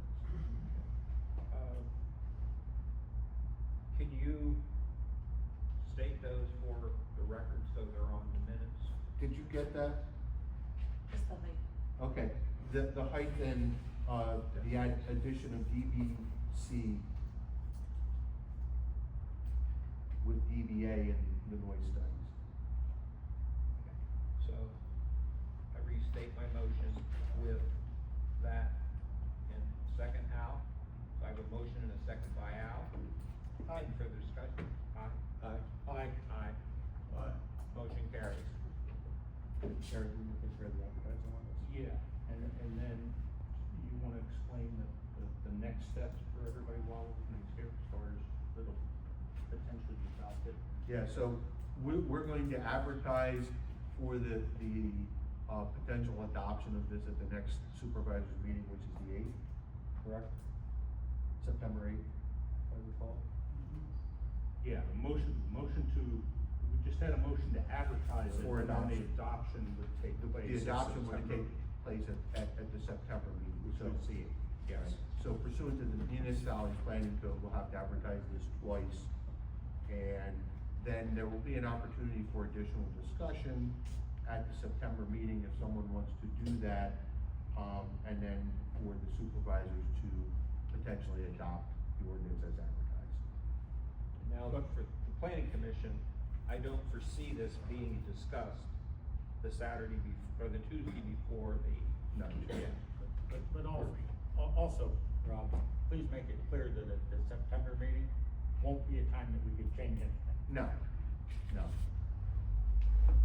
Question, does that leave us, vulnerable, since your moratorium ends on No, the 6th? If there's- somebody puts an application in on the 7th, No, before there's, this gets approved on the 8th? there's what's known as a pending ordinance doctrine. And Okay. once you've advertised an ordinance for adoption, then the pending ordinance doctrine comes into play. And any application that's received would fall under the ordinance. Now, if somebody if you add amendments moving forward, if somebody has an application in prior to those amendments, They don't apply to that they application. don't apply. That's correct. So basically, this ordinance is what's gonna stand, or the one that was submitted, We don't have one submitted yet, but well, it's Lesser Law Firm, I thought submitted. no. No, we have no official, no. His comment that day was to show interest from, Okay. Yeah, there's no to the best of my knowledge, there's no applications, and to the best of my knowledge, there's no active No, interest. the only contact the township had with anybody interested in, potential, building of a data center was the last hearing when the gentleman came up and that was it, we nothing else. Now, I will say, during the meetings in the spring, there were people that actually showed up, some of which had out-of-state license plates. Right. And they wouldn't give their names, only first name. They were just watching to see what we were doing. Is the proposed, the new revised, ordinance available online right now? Like, we could go on Probably and not. print these out. As soon as I get back to the building, I'm gonna upload it to the township website. So I'll leave the existing ordinance up there. Okay. And then I'll list, it'll have some heading about like, proposed for adoption on date, so you can tell the difference between the two. And where will the notice be, in the paper, or you? Yeah. Yeah, it'll be in the legal ads department, Okay. that section of the paper. And that's required by us of law. Yeah, okay. In plain English, what is the difference between what occurred today, what you just voted on, and what's going to occur on September 8th? We just voted today to have, The law requires that the supervisors vote to advertise for adoption of an ordinance prior to the adoption of the ordinance. So this morning, they just voted for that adoption. So then Now you we'll have to have- advertise it, and now then it after can be the adopted. period of comment. Then it can be adopted next All right. week. Yep. Okay. okay? Anyone else?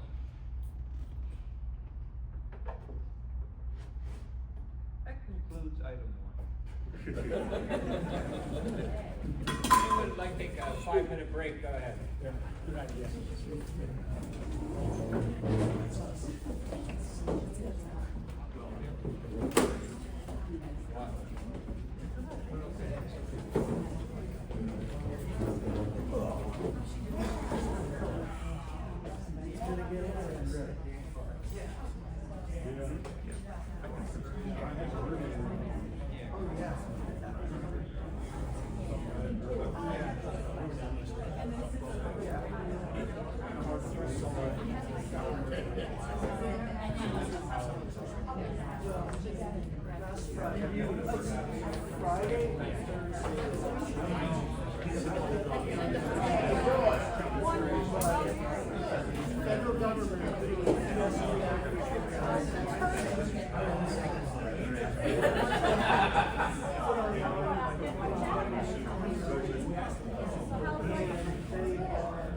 There's no safety. Pressure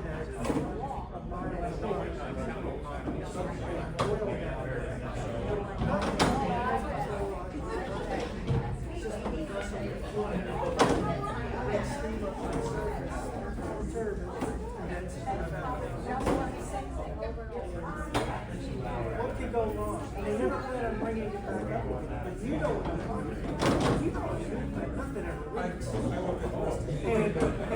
you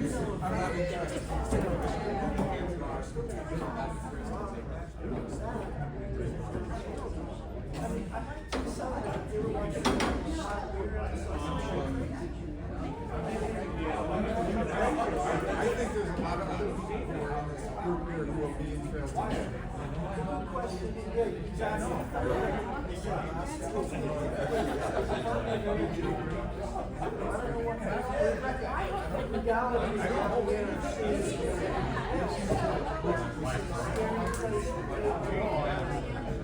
you know, all that fuel we had on site, they would take that and Yucca Mountain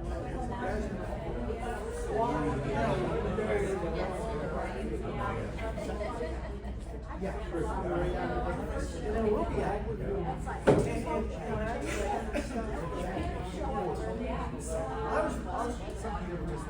reading all this stuff and what they were doing.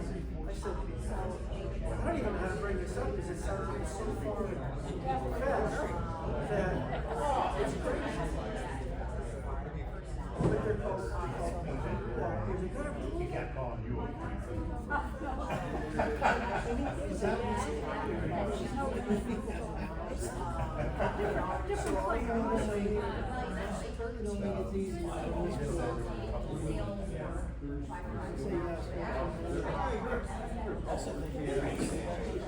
you know what training we had? It's getting harder and harder with the new.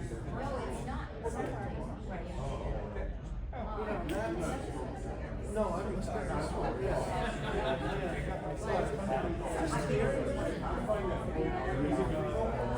My head hurts. My head hurts. I saw the YouTube video yesterday. You tell me.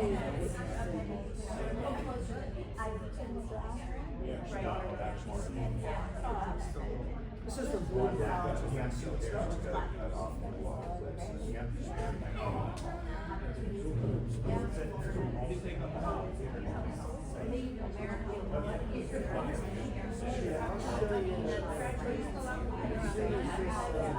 Oh yeah, it's an American company.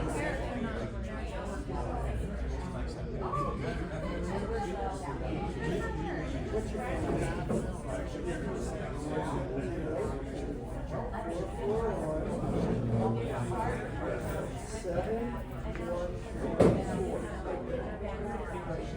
This is from Bloomberg News.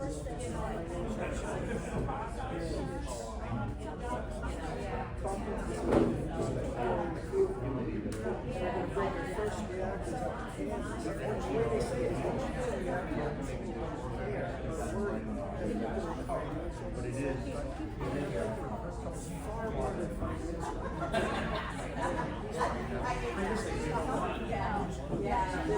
did you get it? It washes the strength, you know, it'll scare you. Somebody that isn't really it won't scare you. Yeah. Denise, are you out? If you went down the rabbit hole, when I was digging into this and that,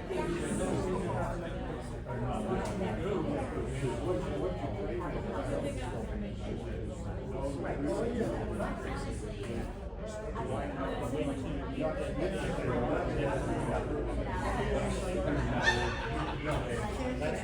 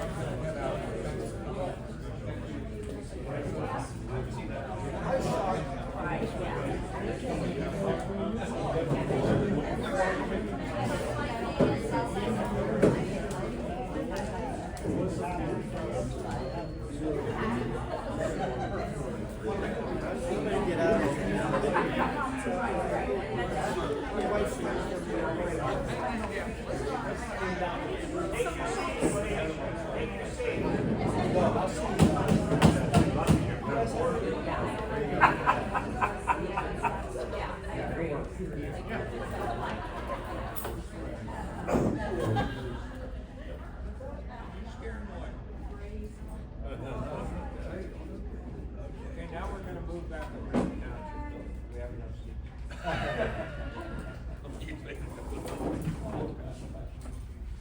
Okay, moving right along, there's right in the face. Old business, 2, discussion relating to time, date, advertised for monthly supervisors meeting. Mr. Garman asked that we bring this up, not that Mr. Garman, the other Mr. Garman. Discussion? I believe I also submitted a letter. I think, yeah, I saw that. I have a suggestion, we did this before, we might wanna entertain doing it again. Last time was 6 months, and what we did was, continue having the meeting at 7 o'clock for 6 months, with the idea of changing it to 9 AM. In July, we started in January, okay? And it was based on comments or phone calls to the office on the preference, okay? Are you really indeed, want us to change that, and also the attendance at the 7 o'clock meetings for a 6-month period, okay? So based on the attendance and the phone calls, I think we got one. And the attendance, sometimes you're there, sometimes you're not, and the Fernville guys, other than that, and the professional people that need to come in, like engineers, Ted, whatever, we had almost 0 turnout, okay, during that period, okay? Both in phone calls and attendance. So, due to the response recently and interest in changing the dates, I would entertain, and I don't know if the other supervisors will, another test period. Okay? Be it 3 months or 6 months. That we continue to have the meetings at 9 o'clock, okay? But we invite comment, okay? Either, sending a representative, you can't make the meeting, or comments, emails, whatever is the easiest communication. I mean, I don't care if it's a text, you can text me. And I don't know if this can work or not, for the time period. I would be willing to entertain that idea of another test period. Now, if the test period is negative again, okay, and nobody shows an interest in meetings, then my suggestion would be continue the 9 o'clock meeting, and the reason being, and the reason we did it in the first place, is to save money. We do not have to pay the required attendee employees of the township overtime. That was the main reason we did that. and the lack of attendance at the 7 o'clock meetings. Okay, that may all change. Attendance, okay, the interest, or whatever, okay?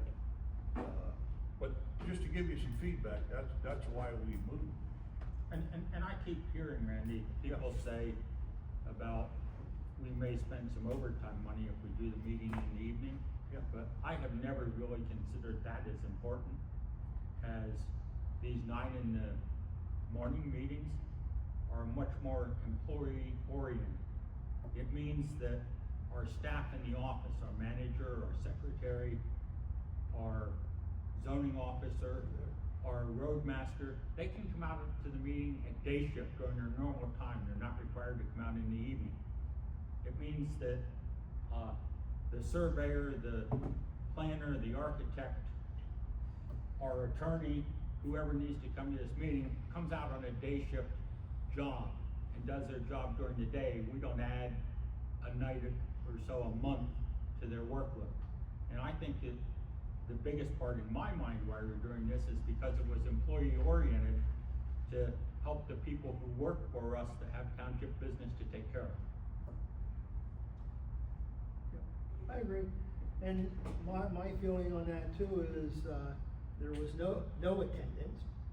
You know, we might get 2 or 3 people, plus with the development that has happened in Hemlock Township, the engineers and their lawyers were coming in the evening from Johnstown, Pittsburgh, Philly, places like that, and it was just, they preferred a daytime meeting because it's within their shift.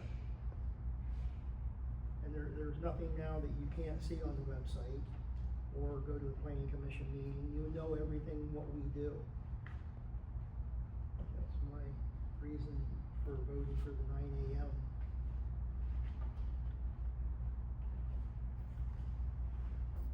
Anything else? So it's more for your convenience than the residents' convenience, that's what you're saying? I'm saying personally myself, there was no residents there. I know, They but- they knew this, I've been Wait. here, now wait a minute, I've been on the board 26 years. And I've seen the people who come, and I can point out who normally comes. You used to I come, used to come in the and you evening. you come during the daytime too. No, But then I'm you on quit. PTO. I'm on PTO Well, right you now, came- come to this meeting, I'm gonna take vacation. Okay, well, you came before with Geisinger, and we accommodated you and everything. I know, but I was never with Geisinger. Well, whoever company you came from, Julie, you've been at the daytime meetings, That's when asking I for was laid different off. things. Yes, that's when I was laid off. All I'm I'm saying working is, now. the attendance was my issue. Yeah, but what I'm hearing is, we don't wanna pay the overtime. This is more convenient for the lawyer, for you, for the roadmaster, for the Right. police, blah, blah, blah, blah. Right. It's more convenient for you, fine, I get that, but what about if it's not convenient for the residents that have to work? I'm sure there could be more people, especially what's going on right now with the data centers. Well, I think If you wanna try it for to 6 change what you months. say, this is about voters, which you work for us. Right. So rather than residents, we need to think about the fact that you work for voters who are not able to attend. Like I'm here today because of a flex schedule I have in the summer that will end in 2 weeks.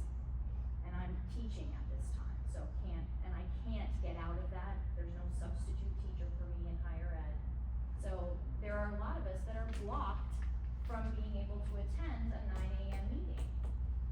And so, you know, I'm just gonna play devil's advocate. There are a whole lot of people that work second shift that won't have that same opportunity as well. But they're So, not here in the morning, so. well, I'm just saying, Right. I'm just playing devil's advocate to look at that, to say, yeah, you know, to accommodate the voters of the township, there's probably just as many second shift voters as first shift voters. And again, you know, that's kind of a moot point from that perspective. While it may be more convenient for one person, it may be less convenient for another person. With everything going on right now, with the data center, you know, and everything right now, don't you think you might get more people out at night? I Well, mean, again, like you it's, said, try 6 months or whatever until this is all. as we've discussed hashed though, out. most of the data center work was done by the planning commission at evening meetings that people didn't come to. So, you know, that there were meetings, there were publicly advertised meetings that had agendas that said they were reviewing data center ordinances, and people didn't come at the evening meetings. So I'm just saying that that's where the lion's share of the work was done in developing the ordinance, and people had that opportunity for the evening meetings and didn't take advantage of it. Julie? So I run, HR VP for a global company. I go in the morning. I'm in my office at 3 AM if I need to have a meeting with the UK. I flex my time. Why can't the employees of the township flex their time? I allow my team to flex their time. It's, okay, we had a 2-hour meeting with the UK this morning, so, you know, take a 2-hour, you know, take an hour here, an hour there. Like, everybody would appreciate, maybe your employees would appreciate having maybe leaving an hour early on a Friday. You know, maybe a bonus to them. I came to almost every single meeting when you had it in the evening.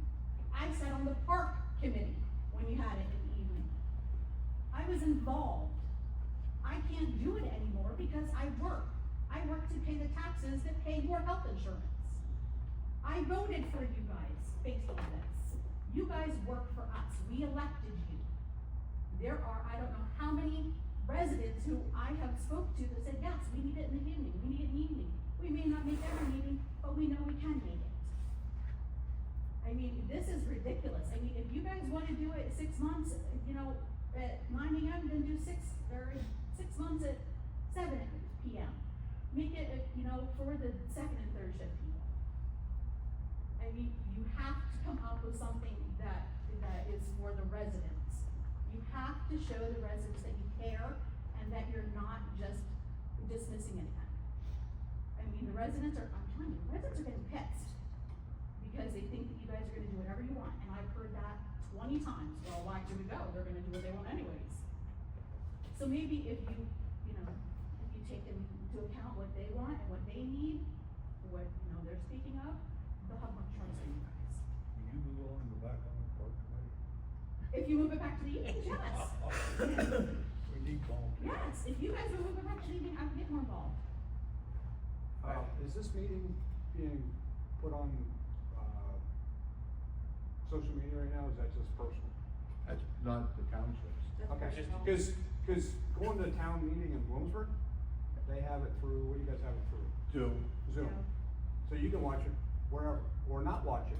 It's then posted to Facebook, you can go home, watch it at 3 in the morning. I do post all of the municipal meetings on YouTube for everyone to see, unfiltered, unedited, raw. I don't do anything with it. I just post it right from the meeting, right to YouTube, so it's So is this available. being posted now? No, not right now. I have to upload it. That should probably be made comment that you're doing the recording. But anyway, the other side of the coin is. Sunshine Act right here, I am allowed to. Yeah. But you should disclose. Yeah, there's no question, and that's not a concern. The other thing, I'm on zoning hearing, and I gotta test that these guys work 7 o'clock or 6:30, whatever you do, 6:30, when we have our meetings. Could you speak up a little? When we have our meetings for zoning hearing, I can attest, like these guys, we were lucky if we have somebody show up. So, as much as we all sit here and say we want public participation, we're all at fault of it until there's a problem we don't like. And as I'm seeing here today, we sit here and we argue the same topic over and over and over again and not listening to what's being said and observing it and listening and understanding it. I can't believe how many times tonight I've heard the lawyer, sorry, I don't know your name, say the same thing over. Guys, listen to them so we don't have these 2-hour conversations about whatever it was. That's, come to the meetings, interact, communicate, volunteer, as EMS over here says they need, volunteer. Jim? As you know, I've had this discussion many times with my son. He's had a lot of conversation with you guys up there. And, So I did a little research work and I did all the municipalities around the area, all the municipalities around this area. I'd say 95% of them have their meetings at 7 p.m. at night. Ours is 6 p.m., most of them are 7 p.m., but that's almost the whole area around. And that's all posted online. That's where I found all them social media. Any other comments from the board? I have one more comment. I find it interesting that for this discussion of, where time of day for the monthly meeting, that, probably more than half the people that sat in those chairs got up and left. They didn't consider it important enough to stay and talk about it. 3 people told me they had to go back to work, that were sitting behind me. They only took off for an hour or so. So I had 3 people that had to go to work. Okay? Anything else? No, I just said he went to work too, that was back here.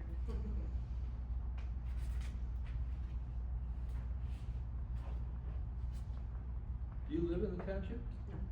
No. Okay. Well, like I say, I was gonna say, if you wanted to come to our meetings and post the morning meetings, and then everybody be able to. That's what, I can do that, that's not a problem, I mean, if it helps transparency with you guys and your constituents, then I can, like, I'm doing this as a public service for everybody, so that there is a transparency between the people in the governing bodies, you know.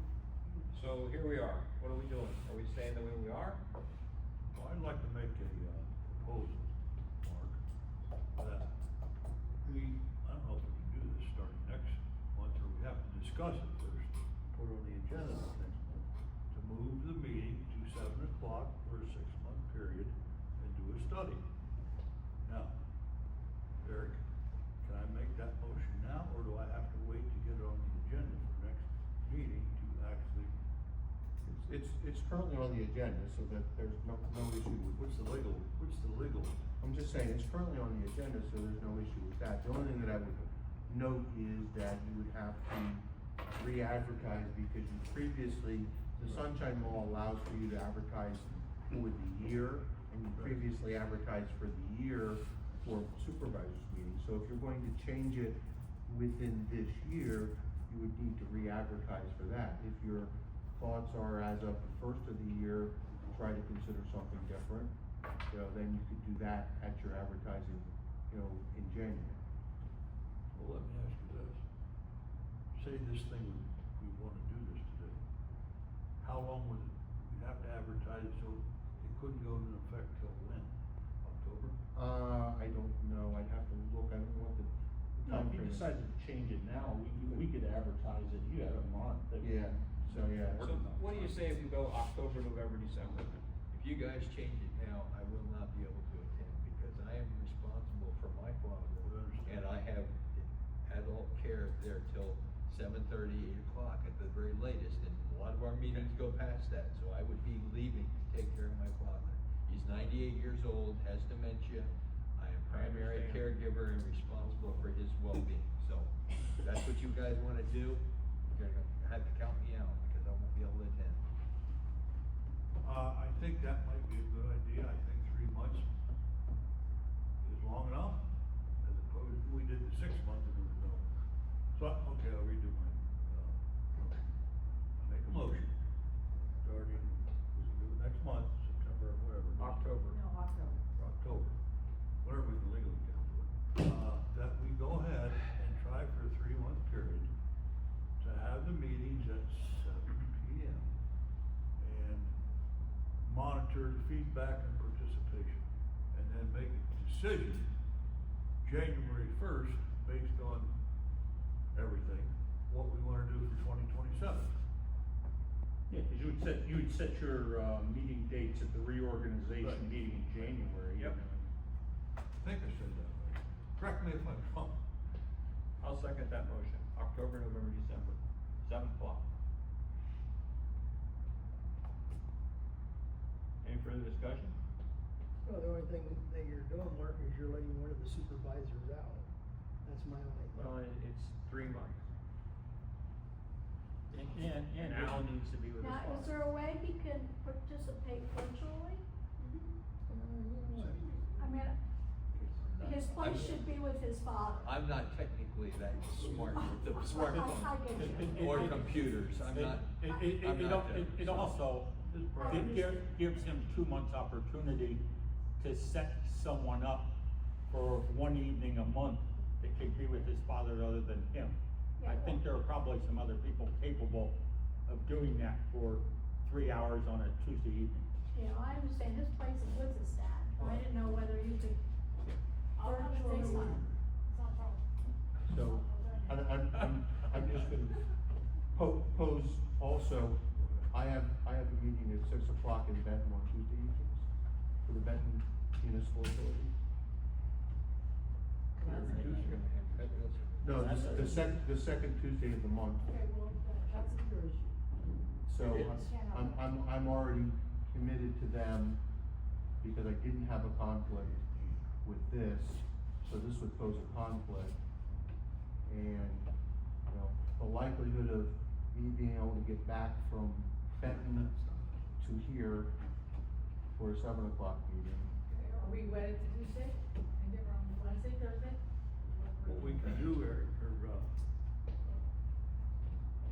Rob, is we will hold any legal decisions that we need your help with, okay? No, I don't think. We will put, I'm uncomfortable, participating in a public meeting without the solicitor present. Especially now with what's going on. And Julie, I get you. I mean, we work for you, and I don't care what time we meet. I mean, I have no problem with going back, but all I was saying is, we got no way. But I think we definitely, in these times, I think we need our solicitor, or we're gonna sit there and what? Get nothing. We have no, expertise as far as what's legal, what's not, to conduct the meeting, that's the only issue. oh, we can conduct a meeting without it. So Mr. Solicitor, I'm sorry, I don't mean that. How about if we figure out a time in the evenings when you are available and work on that and do that with the ones, when it's convenient for all the rest of the people as well. Well, that would be up to the supervisor. I mean, I have several monthly meetings, MJ and I meet on a fairly regular basis in the evening. So, you know, Schedule it, or figure out when you are available, I mean, right? I can certainly let the supervisors know what dates I have evening availability. What about Mondays, are you open on Mondays? Depends on the month, or it depends on the day of the week. This particular, the second Monday of the month, I don't believe I have anything, but You don't need to know it off the top of your head. That's what I'm saying, I would Surely need you to, can figure it out. I would need to review my schedule to know my. Can you start in the first of the year? And, you know, that'll give you guys time to discuss it and find something and start it like January, February, March, April, or whatever. I mean, that, it's winter, but you're gonna do them all. Can you get back to us about what you look like for the first quarter of Yeah. 27? Certainly, Okay? Do that. certainly. Or the motion in a second, do something with it. We need to, Rescind it. can I, Just rescind it. You can just rescind your motion. let's rescind. Okay? New business, consideration of proposal from Informant Technology to provide a 3-year user license for law enforcement software in the amount of $12,000. We received a PCCD grant to upgrade our software, our RMS software. We're currently using Visual Alert, and with Visual Alert, is no longer, they're just doing the maintenance portion, they're not doing any updates. So Informant, with the new state requirements, and FBI requirements, they're gonna start doing NIBRS reporting, which Visual Alert does not do that. So through this PCCD grant, we were able to hopefully acquire Informant and start utilizing that. We were initially, gonna be using True North, in which we did make a $5,000 payment to them. But True North was developing their program at the time, and it just did not work out, so we requested our monies back. We did receive our monies back. We currently have, with that money of $5,000 and the $5,000 we have sitting there. It's currently $10,000, so it'll be about $2,000 out of our this year's budget that we would have to use, to basically pay for that, 3-year project. And then every year after that, it's only gonna be $2,100, for the annual, support. So we need a motion to I'll make a motion to enter into go the with agreement. Information Technologies. I'll second that. Any further discussion? Aye. Aye. Aye. You are. We're out of order. Our seats are out of order, so.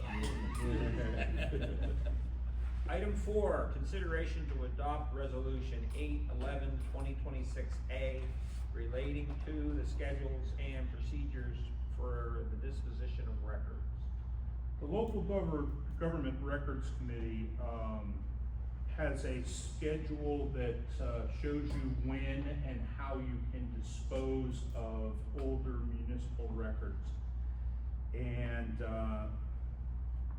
the next item is going to deal with specific records that I'd like to, destroy. But in order to do that, the first step is to affirm that we are going to follow the local government records committee records manual through resolution, which is what this is. I'll make a motion that we adopt resolution 8/11/2026A relating to schedules and procedures for disposition of records. Second. I have a motion and a second. All in favor? Aye. Aye. Aye. Motion carries. Item 5, consideration to adopt resolution 8/11/2026B relating to the disposal of itemized records that are older than 7 years required by municipal records manual. These are records that I received from Denise Adiavani, who was our tax collector up until this year when Judy Snyder took over. So when Denise was cleaning out her home office, she brought a bunch of records in, and the records are itemized in the resolution, but just to give you a bit of an idea of what kind of records we're talking about, it's like real estate tax lists from 2014, the settlement records from 2013 to 2017, the bills from 2012, those types of things. They're all records that are outside of the 7-year retention schedule list, and they're also records that 95% of it is maintained at the county tax assessment office, so this would be duplicate stuff. I make a motion that we enact resolution 8/11/2026B. Second. A motion and a second. Aye. Aye. Aye. Motion carries. Approval of bills. Bill 6. Oh, we'll do that one too. Consideration of the old OHL preliminary final subdivision plan located at 113 Pony Trail Drive. Just take one of them and pass it down. Ted Oman was here to talk about this, but he had another meeting to go to, had to step out. This is a subdivision that's located along Pony Trail Drive, almost right there at the intersection of Schoolhouse and Pony Trail. It's the estate, the old estate, and basically what they're looking to do is they're looking to subdivide lot 1 from lot 2, and where would be one roughly 5-acre lot, they're gonna make 2 2.5-acre lots. We do have the sewage facilities planning module for the new lot that's been created. There were really, it's a really minor subdivision. All they're doing is drawing a property line between the two. No setback issues, no minimum lot size issues, no issues with existing wells, existing sewer systems, any of that kind of stuff. And it was recommended for approval by the Township Planning Commission at their meeting last week. The only thing we do not have at this point is County Planning Commission comments. So if if you're inclined to approve the plan, I would recommend that you approve it based upon receiving county comments, conditional approval based upon receiving county comments. And the typical one that we always wind up seeing about having to use iron pins versus concrete markers on the corners for the new lot line. But it's a pretty straightforward subdivision. Can't we wait? And the non-building declaration. Yeah, you certainly can. You're well within the 90 days if you wanna table it and look at it next month. Eric. Yeah. And the request for the waiver for the non-building declaration. Okay. Okay, so we need, if we're going to move forward, we need a waiver for the non-building, an exception for the iron pins rather than the cement markers, and we need the county review comments. Yep. And like I said, certainly up to you guys, you're well within your 90-day approval period. If you wanted to wait for county comments and table it till next month, that's fine, but it was relatively simple. I thought I'd put it on the agenda and let you make a decision as to Well, I what you think want to as do with simple it. as it Yeah. is, cut and dry, we can move forward with those. And I seen Ted's comments, so. Yeah. So I consider that a motion with those Second. items. Second that. I have a motion and a second, any further discussion? Aye. Aye. Aye. Aye. Motion carries. Before we get into the bills, I just wanna say something. You had mentioned about the fire hall. We're so blessed to have this gang, I'll call it, Absolutely. running this fire hall. Yep. We have one of the best fire halls, in my mind, in northeastern Pennsylvania. Agreed. How many responses did we roll to? 300? About 250 last year. Yeah, we are very good. And we have a beautiful facility. Yeah. They're financially sound too. And they've done a fantastic job, I think all of us residents do appreciate that, they've done a fantastic job. I just don't wanna see them stretched beyond their capabilities, I think that's my point. They don't have to do as many fundraisers because of their financial backing. I just wanted to mention that, because I'm sure a lot of people don't realize how good a job they've done creating this organization and keeping it sustainable. That's one of the biggest stressors for volunteer people, having to constantly be out there doing fundraisers in order to continue to run their fire company. With that said, I'll expect you to buy candy bars off them. When people hear that I live in Hemlock Township, they automatically comment on the fire department and saying about how lucky we are. Yeah. Absolutely. Okay. Nice too. Approval of bills. If the board's had an opportunity to review the bills, they have no questions, they have a motion to pay the bills. I have one question, Mark, just one. All right. Spicer Associates, I'm sure you can answer there. Mm-hmm. MS4 July. Yep. What are we doing right now on MS4 that's, that we're paying $2,500 for engineering fees? Well, where we're at with the MS4 project is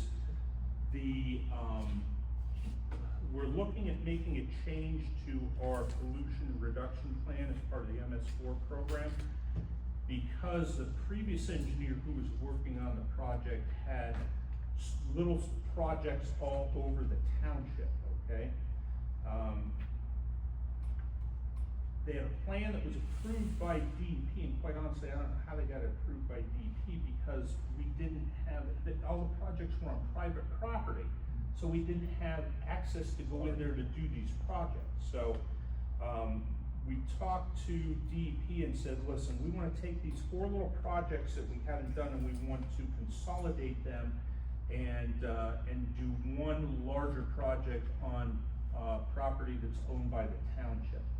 So it looks like we're going to be able to do a project that is self-contained, down in the Fernville area on some of the properties there, that we own with, through the buyout process, which we can do. It's nothing crazy, it's just some grading, and Todd's been working on coming up with those details so that we can start looking at doing that project. But what were the fees for? He's our engineer, he's the engineer that does the MS4 stuff, so he's changing from the 4 separate units into one. correct, he's doing the design work for the other project. Yep, yep. Okay? Good. With that said, do we have a motion to pay the I'll bill? make a motion to pay the bills. I'll second the motion. I have a motion and a second. Any further discussion? Aye. Aye. Aye. Bills are paid. Meeting adjourned. Thank you. Thank you, gentlemen. Thank you. I can come back to work.